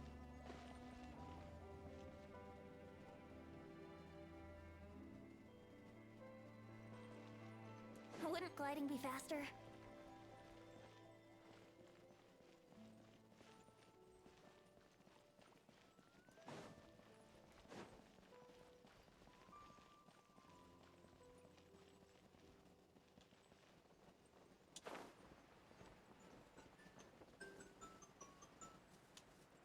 Oh.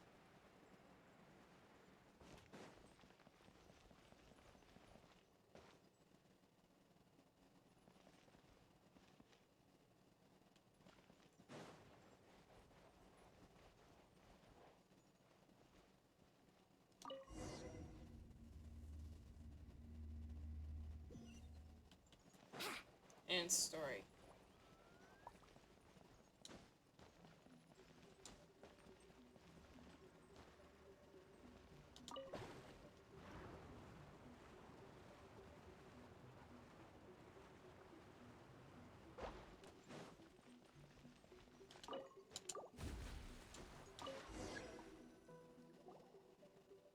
This is the Holy Blade of Narcissus Price. And finally, the Holy Blade is ours.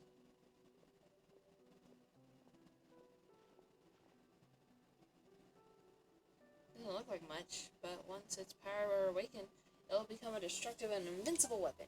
How's it, Crichton? Can you feel its power? Ooh, unlimited power. It really is just a wooden toy sword. Come to think of it, Anne, you did mention that the Holy Blade was originally a wooden sword that kids played with. That's right. When the young heroes from the Narcissus Adventure team would pick this sword up, they would become able to defeat all foes within their tail. Well, let's just take this sword, shall we? Who knows? It might come in handy later, and if not, we can take it as a souvenir.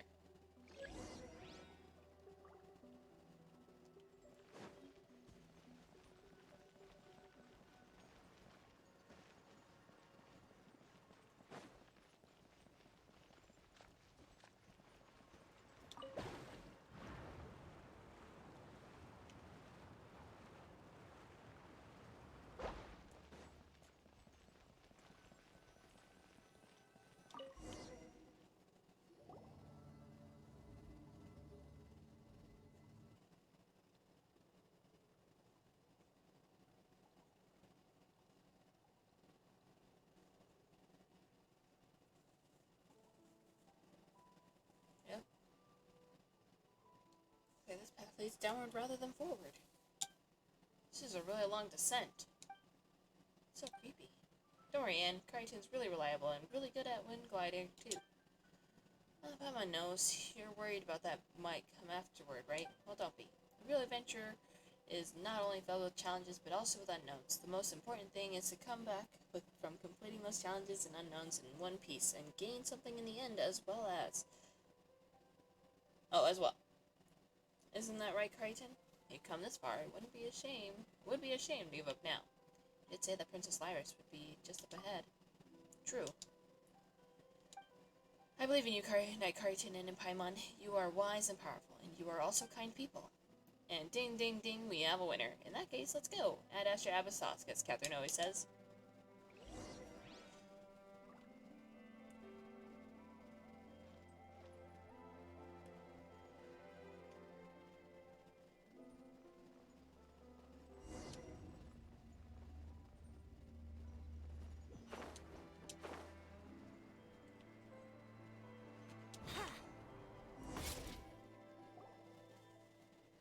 Paimon feels like something should happen right about now. I feel uneasy too. And I've been frightened ever since we came down here. We don't need to worry. Crichton will protect us no matter what, right? Of course I will. Yes, I believe in the two of you. I just don't know what we will encounter later. We'll take anything that comes. Still, best to be prepared, Crichton. Might be in for a battle with Narcissus for all we know. Totally true. Dragon in Narcissus. Yeah. Yeah. Wouldn't gliding be faster?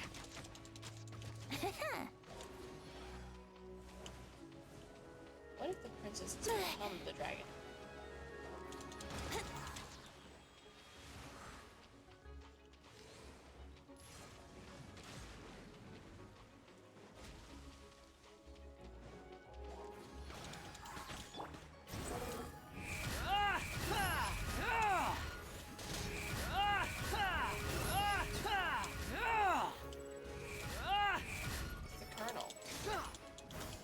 Become our enemies. Hold the line. Into the wind. Behold!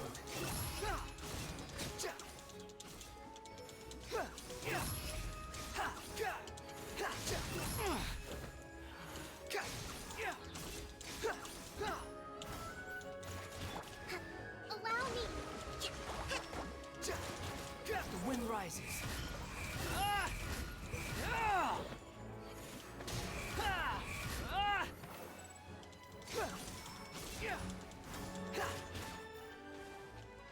Quit following me. Too slow. Trying to avoid taking damage. What? Ah!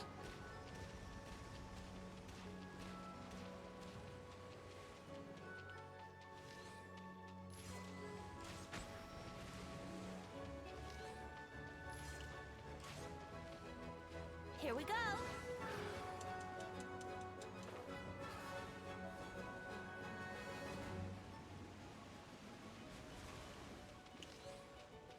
This place makes me think of the Temple of Water. Yeah. Yeah. Yeah. Yeah. Yeah.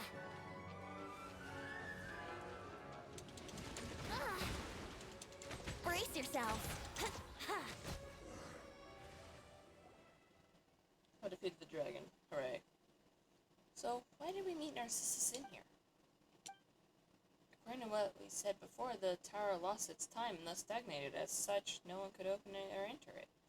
This space is not within the tower. We teleported to a different place from the tower. Oh, that's right, Paimon forgot that happened. But if that's the case... But how? No, that can't be true. The princess should be in the tower. I mean, that was the adventure team's only hope in this dark world. If she isn't, our adventures, they're meaning Al, Peticho, and the others. But we did take out the biggest threat to the kingdom, didn't we? That's a good thing, right? Yes, you're right, Paimon. Thank you. Thank you both. Anyway, the story's not over. Yep. Look over there. There's a place we haven't been to before. Maybe we'll find more clues there, huh?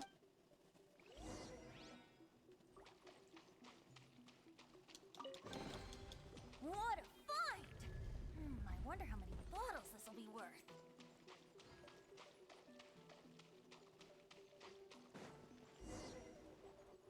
It's like tons of resources here. Yeah, with Ingold, Guillotine, and the rest of the old gang, what goes so way towards...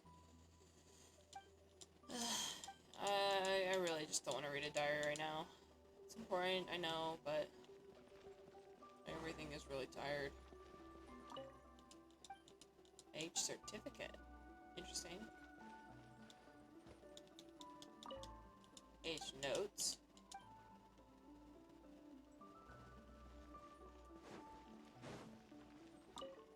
Age research.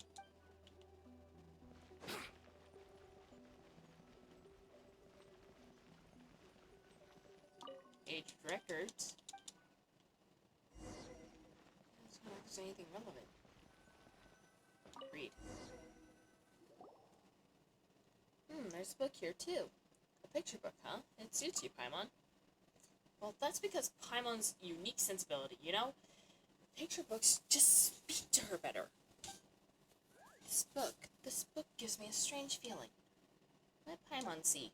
A long, long time ago, in a place far, far away, there was once a beautiful and kind princess named Lyris, and yep, she's our main character. I don't want this name. That's not what you said before. Do you want to read it too, Anne? In that case, Paimon's going to continue. Ahem. Oh, come on, it's just a story. There's no need to be so fussy. Anyway, a protagonist needs an antagonist. An evil one at that. And our evil antagonist, well, that's the dragon Narcissus. So evil he is that the peace-loving people tremble at the sound of his name. Not that he cares about their feelings, though. He sowed destruction across the land with the searing flames he spewed from his mouth. His great wings turned cities to dust, and his burning breath reduced nations to ash. At last, only the princess's realm remained safe. But because the princess worked tirelessly to defend her realm, Narcissus' plot to destroy everything could not succeed. So, in Narcissus' story, I'm the evil villain? This is kind of weird. This started like a storybook, but it also feels like it isn't. Triton, you've got a bigger brain here. You have to look too. Read carefully. Sorry, what were you saying?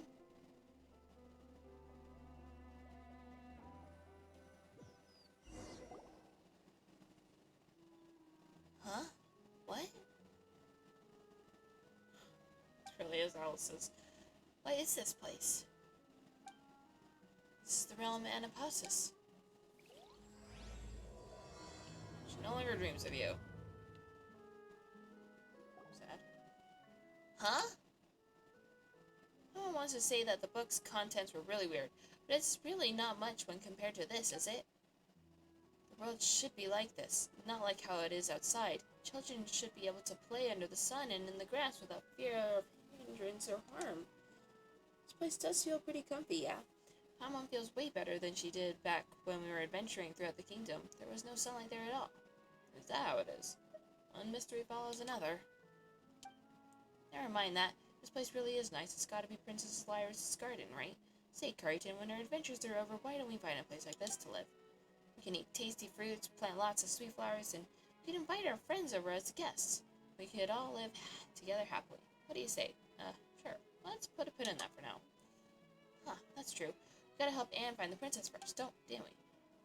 Hide and seek, where did Mary and her friends go? Huh? That sounds like someone singing over there. Let's look over there. Maybe the people can help us.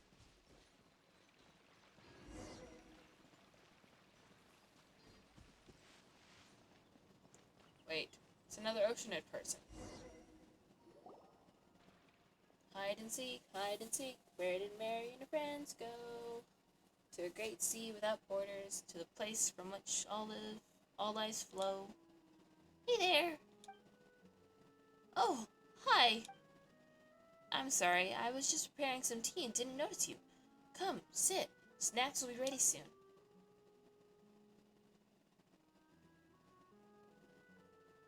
I'm sorry, I was just preparing some tea and didn't notice you. Come, sit. Oh, ooh, snacks! Yes, and ours are very good. But I must say this first. We can only start once the bell rings. It would be quite rude to do otherwise. Where are you from, by the way? Why are you a fascinating combination, aren't you? A handsome young man, a small little oceanid, and your beautiful floating friend. Paimon's Paimon, and he's Crichton. It's just Paimon, or does Anne look unhappy? She might have been reminded of something. And this oceanid is our friend Anne. Oh my, a fine name indeed. In that case, please call me Mary Ann. My, what a pleasant surprise. It has been a long time since I've met someone from outside. Where are you from? Well, we're... Actually, Paimon's not sure either. We defeated the fell dragon Narcissus, and then ended up here somehow. The fell dragon Narcissus, you say? That must have been a frightening foe. Did you think so, Crichton? Not really. In a manner of speaking, I suppose. My, I've heard that Narcissus has hurt many, and has turned many kingdoms to ash. Defeating him was an impressive feat indeed. Oh, so you know about him too? Great. We're from the Narcissan Croy's kingdom, and we're looking for Princess Lyris. Do you know where we might find her? Princess Lyris, you say? I'm afraid I do not know. But she should be here. In that case, Anne? Is that the case, Anne? But I have lived here for a long, long time, and yet I have never seen any princess. Maybe she might be somewhere else. Is that so? But before we came here, we read a book about the princess, and how she's beautiful and kind and stuff. I'm afraid I'm unfamiliar with any such person. On the flip side, you, Crichton, do quite look like a prince from a distant land. You hear the sound of a bell. Is that the bell? Yes, that's the signal for tea time. In the past, the children would throw down their wooden swords the moment they heard this bell, and they would come into the hall to have snacks. They're not here now, but I think it best to follow the rules all the same. They'd be quite disappointed otherwise, I suspect. Well then, shall we? Don't mind if I do. Thanks, but I'm not hungry at the moment. In that case, your share is Paimon's. Paimon happily digs in. As you watch her enjoy the snacks, you find yourself feeling a little peckish too. How were they? Well, they were great, although Paimon couldn't really taste them. Are you on a low sugar diet or something, Marianne? My apologies, Paimon. I just made them as I remembered them, so I'm not sure if they taste all that good. Oh, don't worry about it. At least Paimon's full now. Well, in that case, let me take you out on a stroll. Oh boy.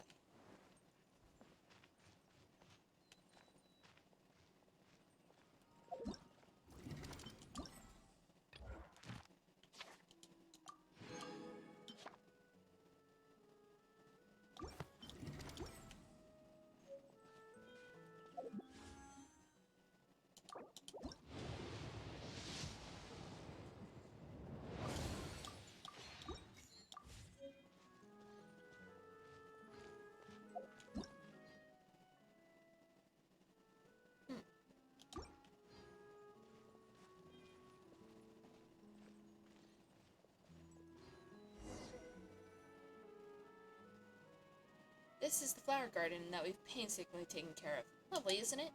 I've heard Basil say that caring for children is like caring for a flower. You need good soil, sufficient sunlight, frequent watering, and you can't let them grow however you want. That sounds like Basil. Sounds like this Basil is pretty smart. In fact, we must get rid of pets from time to time as well. Actually, Basil sounds pretty dangerous too. She's very capable indeed. Making snacks, caring for flowers, she can do it all. It would be nice if I could introduce her to you. I've been caring for the flowers here all this time, in the hopes that some friends might come, and I might show them how they have bloomed. Well, here you are.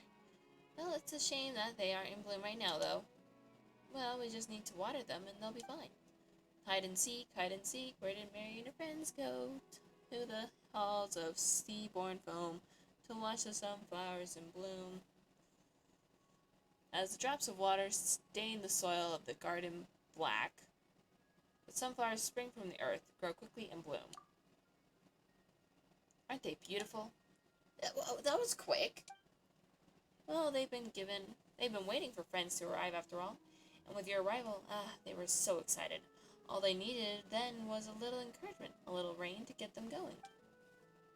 Huh, so that's how it is. Nature really is amazing, huh?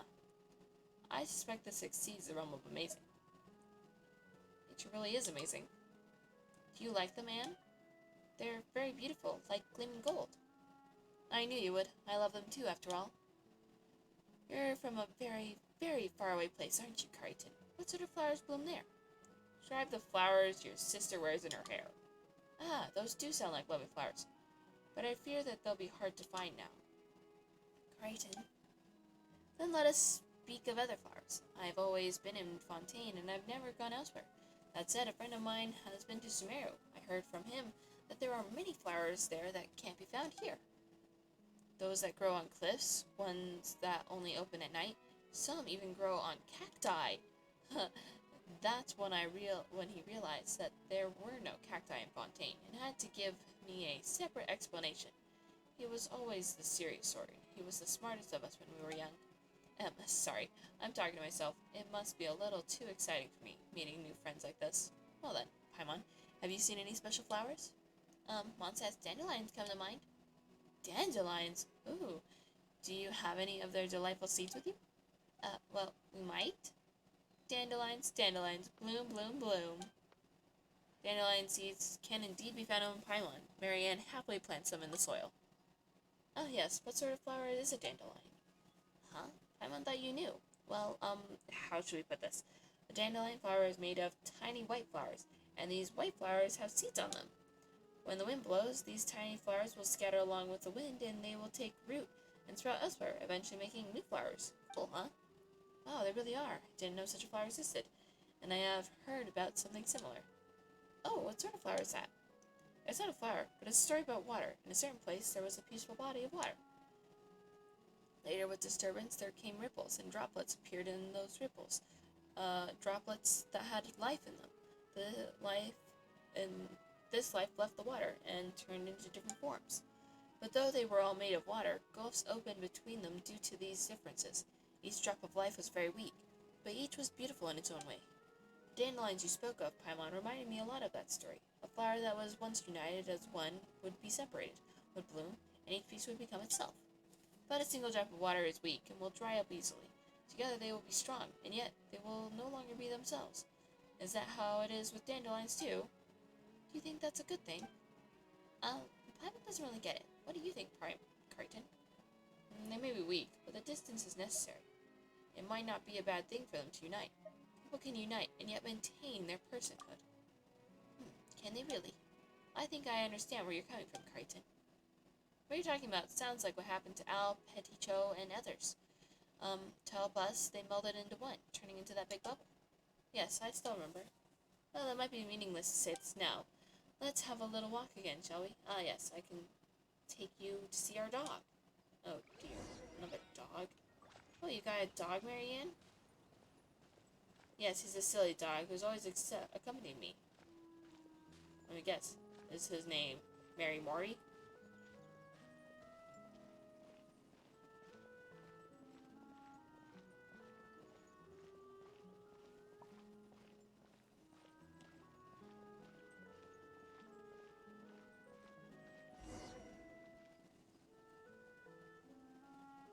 That one doesn't steam, though. He'll come when it's fighting time. Since you're my guest, Crichton, please do the honors. Of course. Noble sir, it is an honor to receive food from you. A pleasure to see you again as well, Miss Marianne. Oh, you good doggy. Good doggy?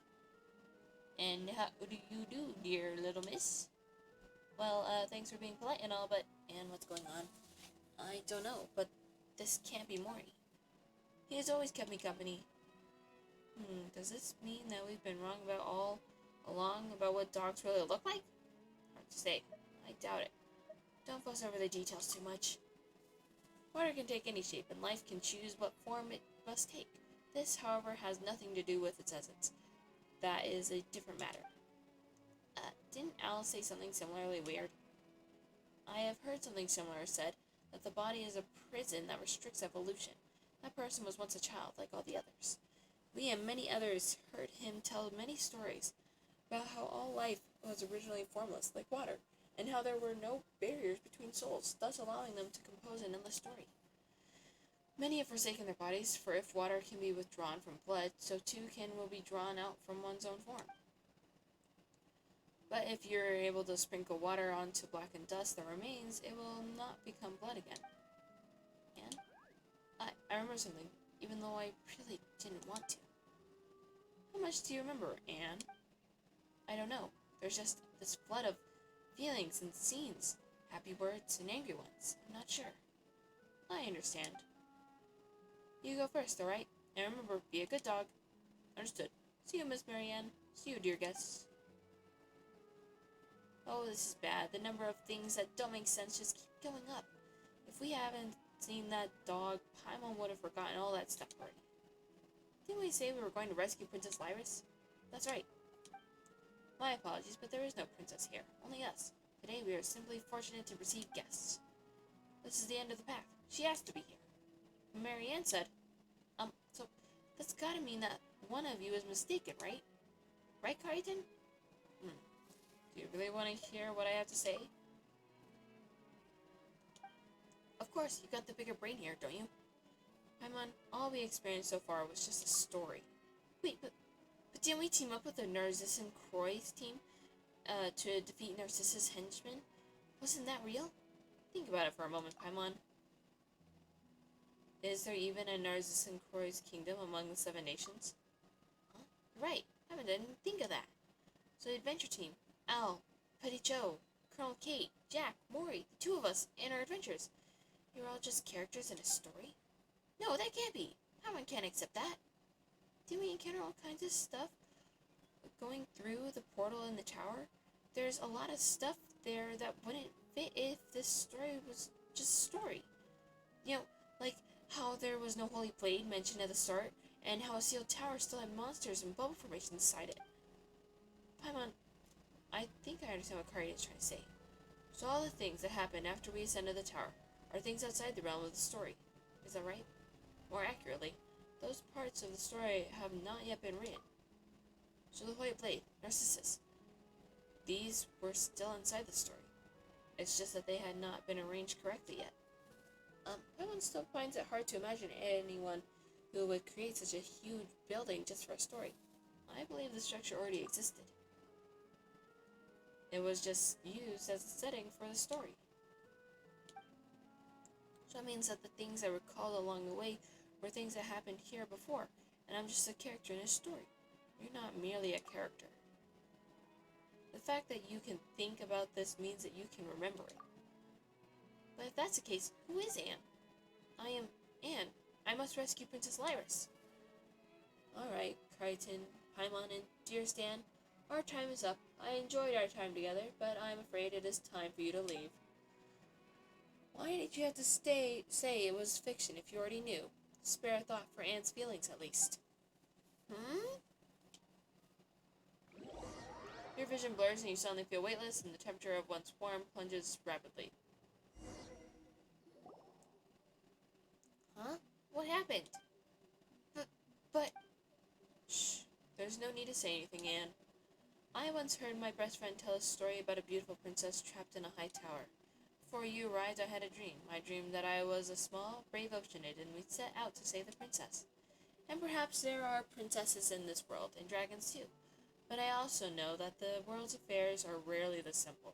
Why would a dragon be concerned with a princess, after all? After waking up, I would find this dream laughable, yet nostalgic, every time I thought about it. Do you remember now, Anne? No. There has to be some other way. If I can't save Princess Lyris, then what of my birth? My only wish? Do they have no meaning? Don't say that, Anne. Your birth was a beautiful accident. As things stand, I can only wish for you to live on me for your own sake. Go, see the world, and see how it has changed these past years. I wish for you to have your own soul, memories, personality, and wishes. I wish for you to be the master of your own fate, and to experience all the beauty of the real world. Can you do that for me? It was a pleasure to meet you, Crichton and Paimon. And it was my pleasure to meet you too, Anne. but the Anapausis is our tomb. I do not wish for you to linger here. Marianne, why are you saying that? We can find a way to help you, can't we? I sense that you are good-hearted and powerful indeed. Thank you, Paimon and Crichton. I'm just someone who sometimes enjoys dreaming of lovely adventures and wonderful futures, but I know what happened in the past. I already know that there's no going back. In the real world, everything has already ended, so this is farewell. Oh! Oh my! Well, I guess I can breathe underwater, so it's fine. Ooh, and carried along the currents.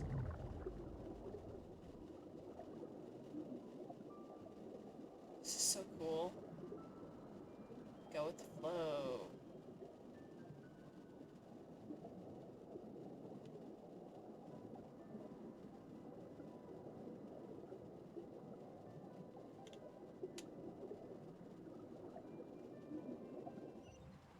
Whew.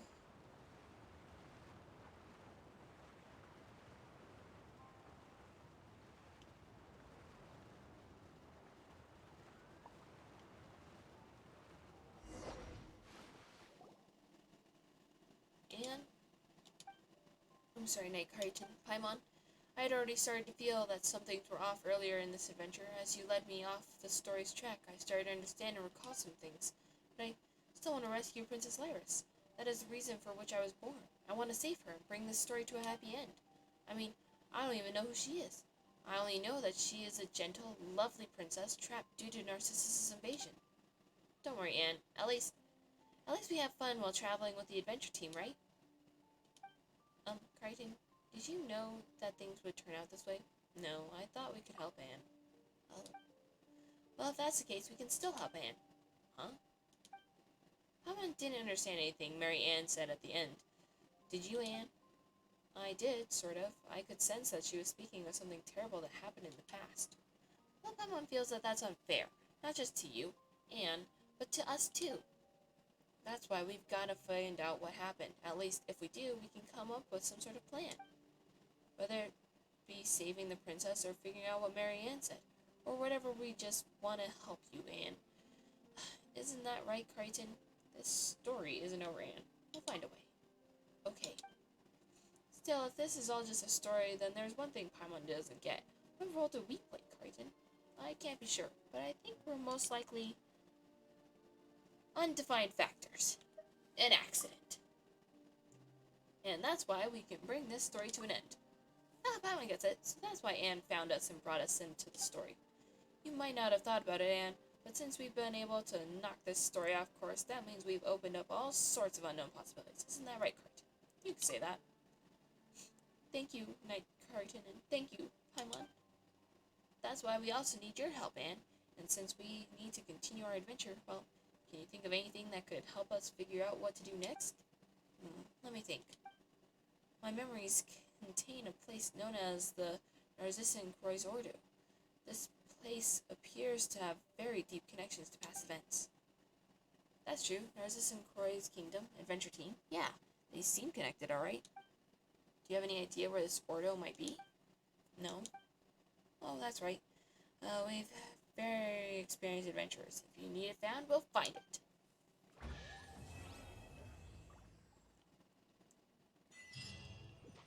And in Wonderland. Thank Barbados. Wait a minute.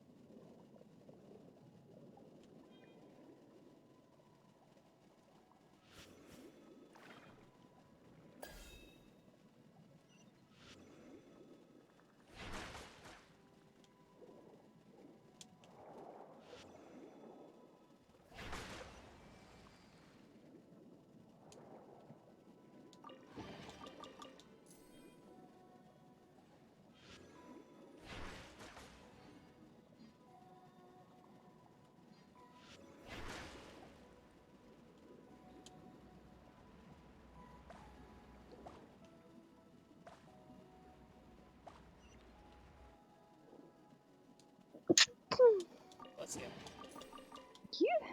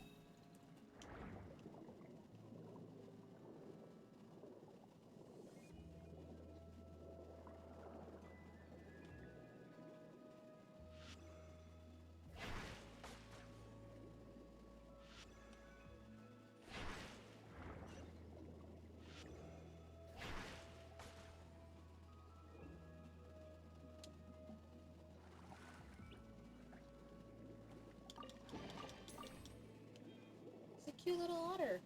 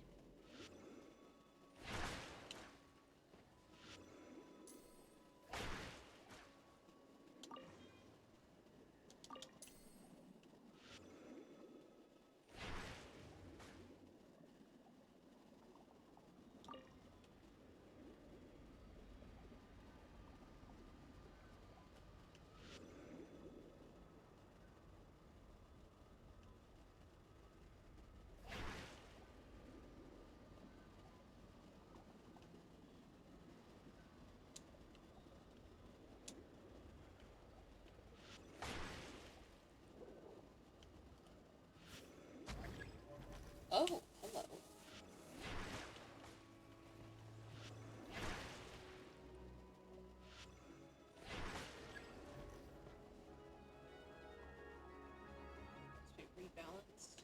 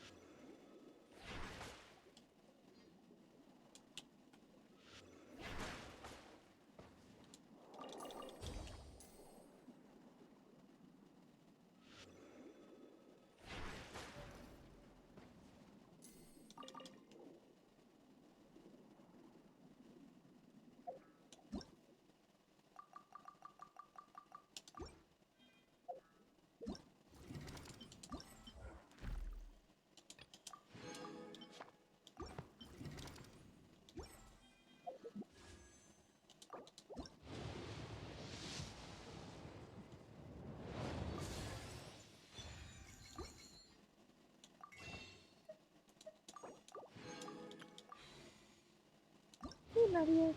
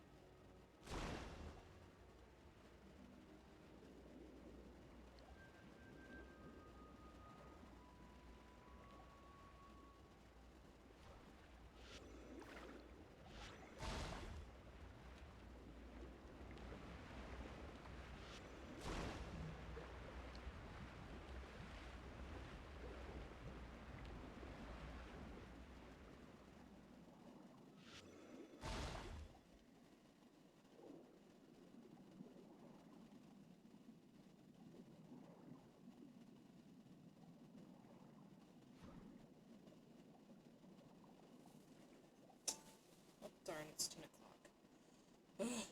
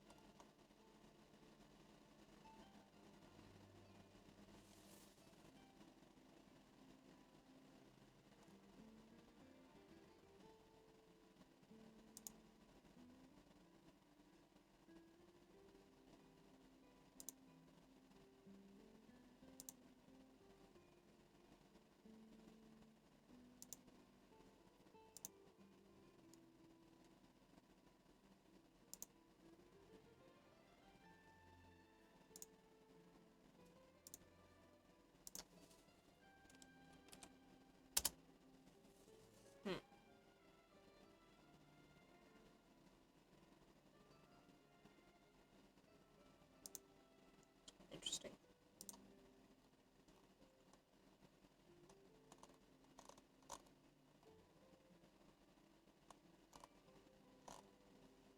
I don't know how true this is, but oh well.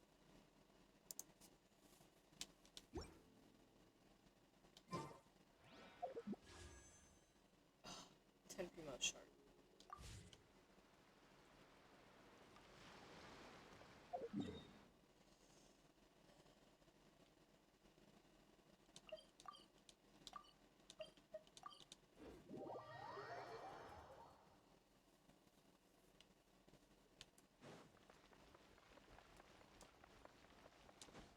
The wind rises.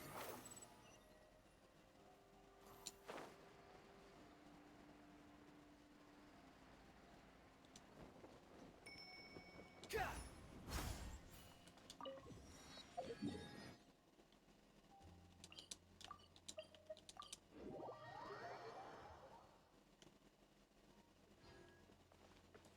Quit following me.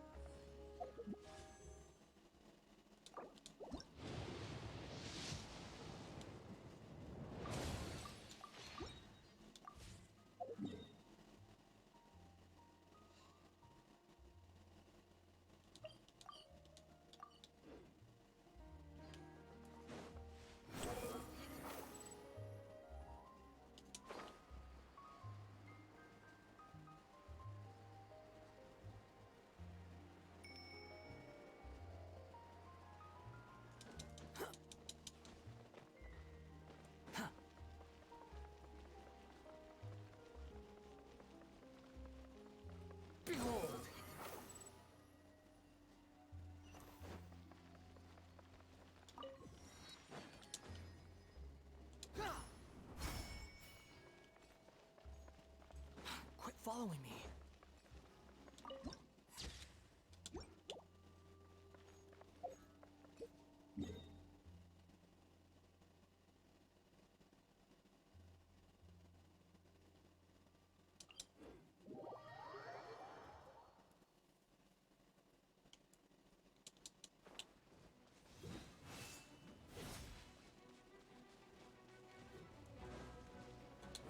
Hold the line!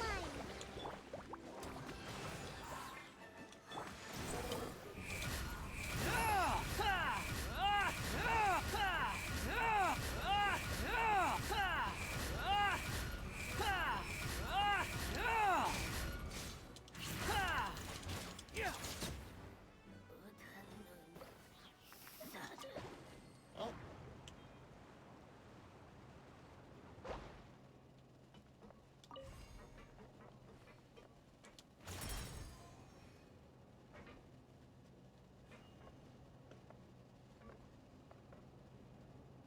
Oh. Hey, we rose up to it. Take it and have fun.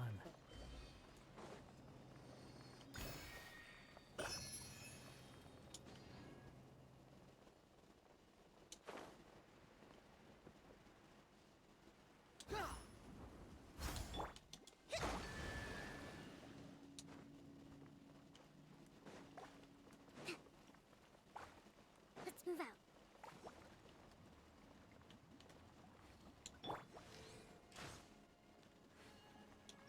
The wind rises.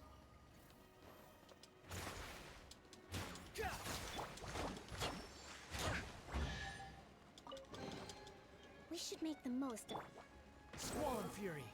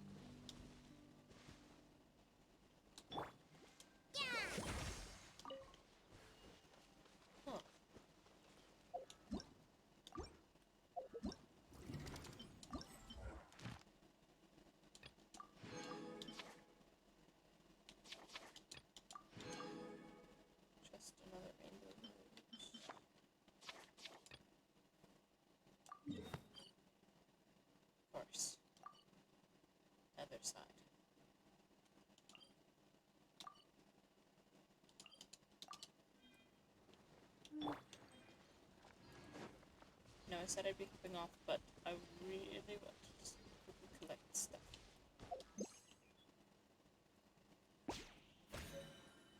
Red cow French. Fascinating.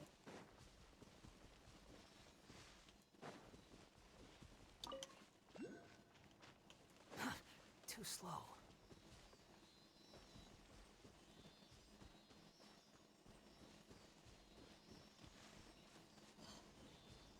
Seriously, these cannot go in a straight line. Just can't. Oh, Take it and have fun. long, long way. Squall and Fury.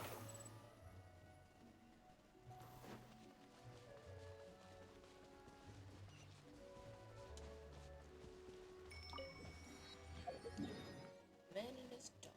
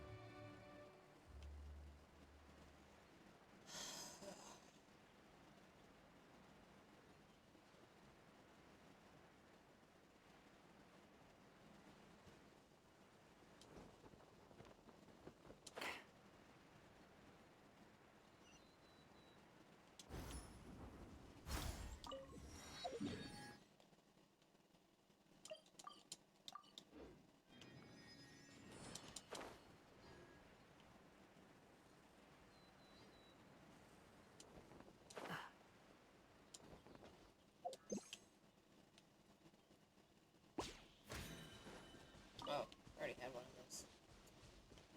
Okay.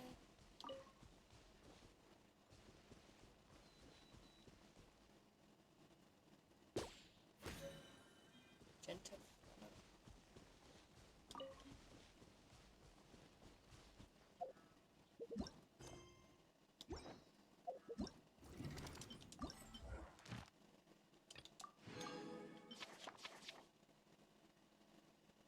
What's your penis? Of course.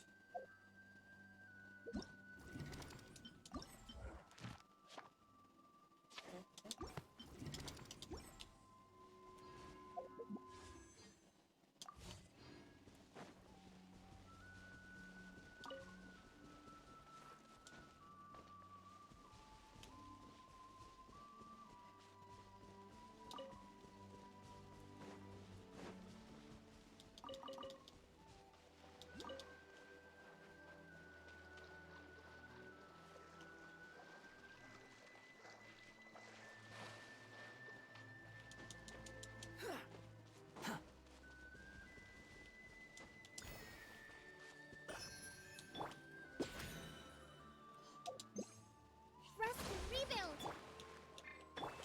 The wind rises.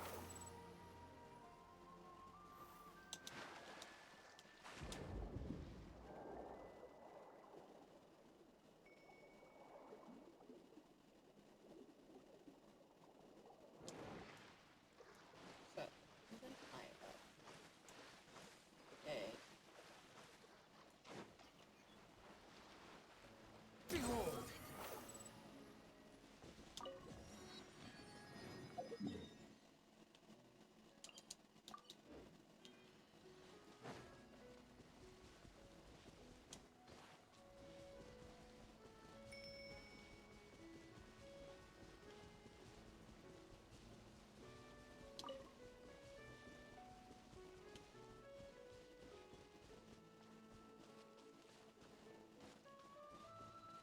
The wind rises.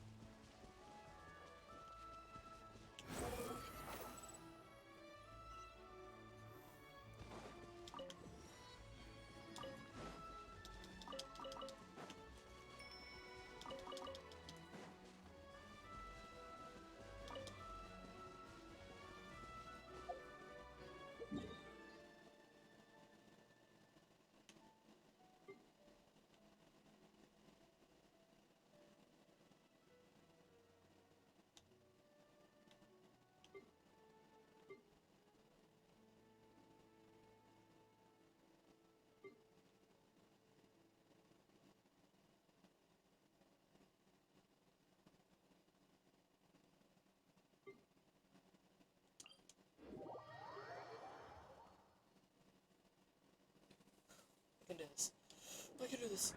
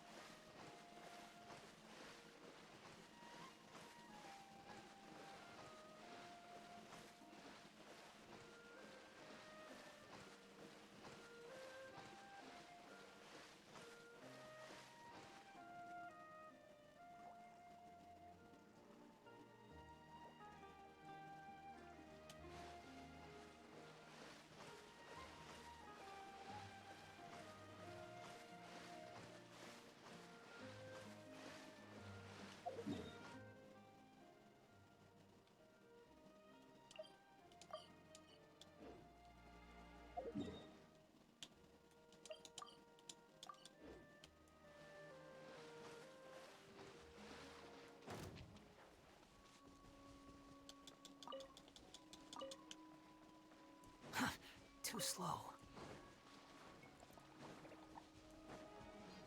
Squall and Fury.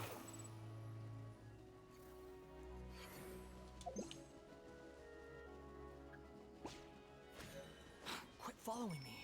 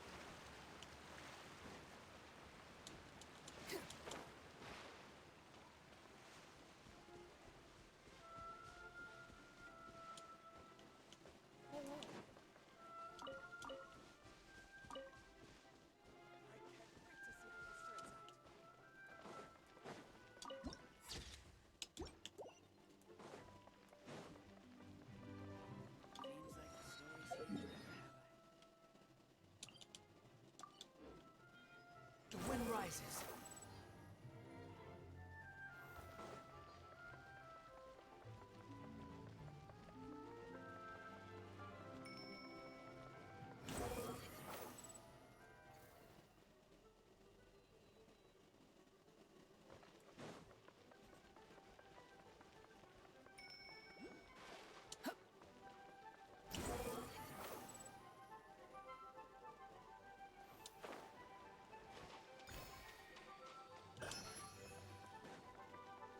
Behold! Upon the gale.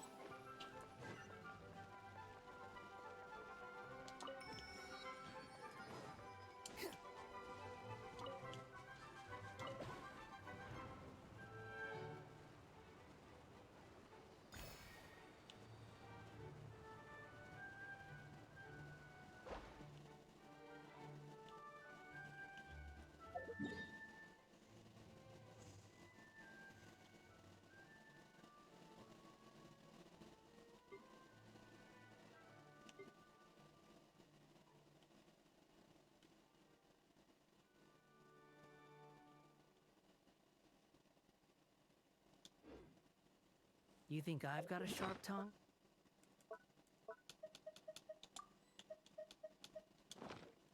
I...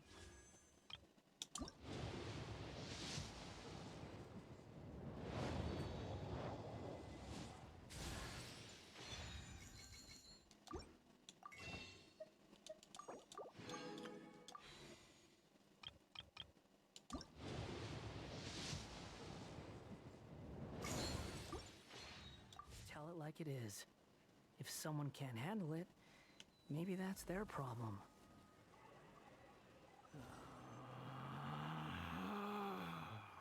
Relax. Oh, that was weird. Too slow. Okay, let's think.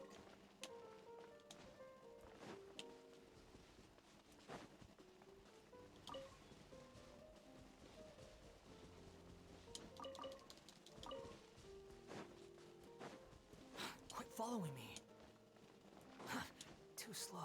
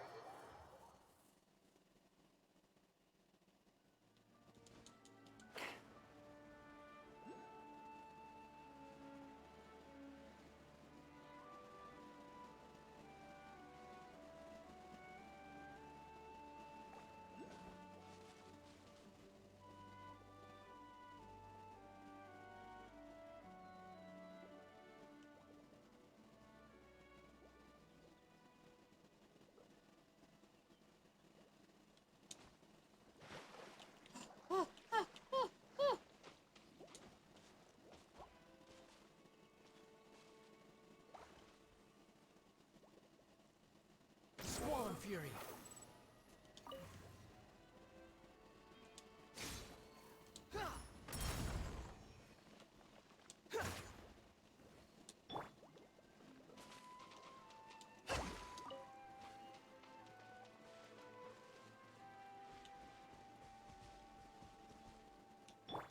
Behold!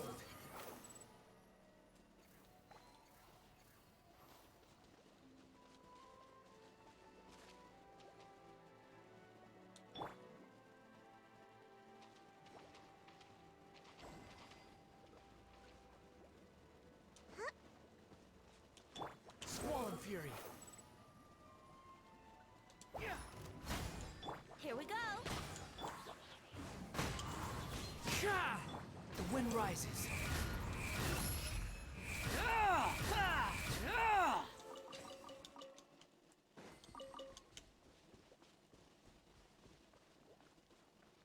Behold!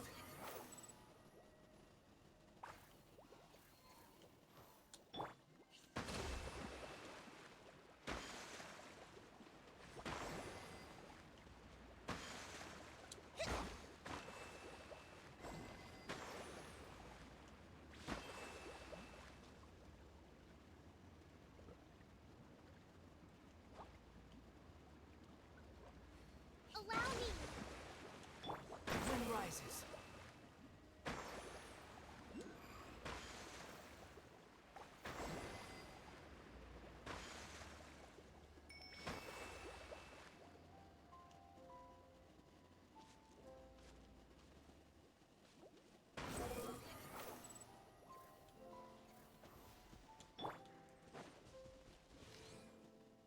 Yeah.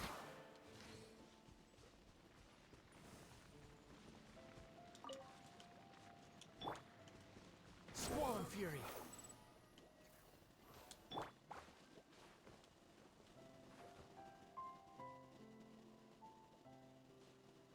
Thrust and rebuild.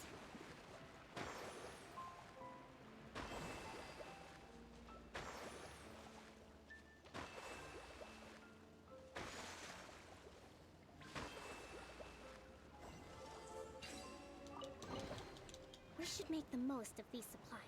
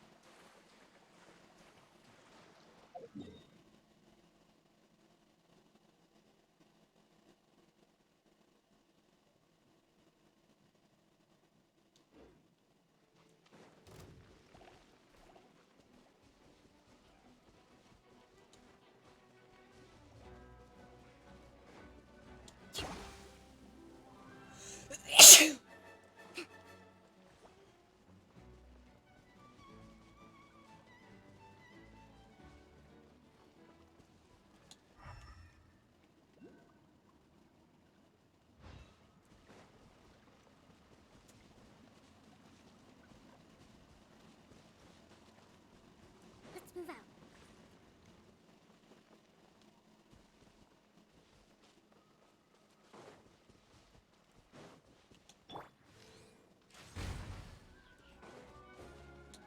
Allow me. The wind knows me.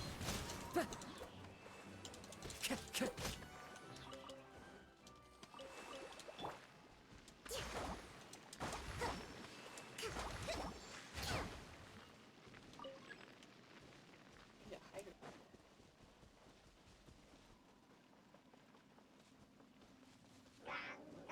Thrust and rebuild. One with nature. Sha! Behold! Ha! Ah! Ha! Ah! Ha!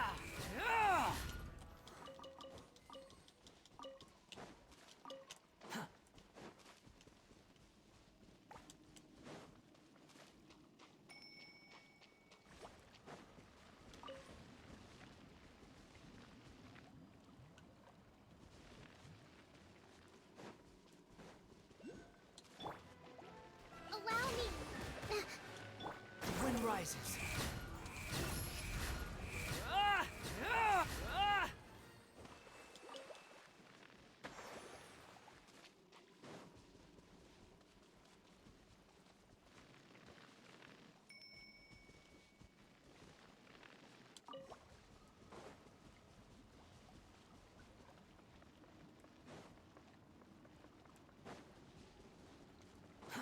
Too slow.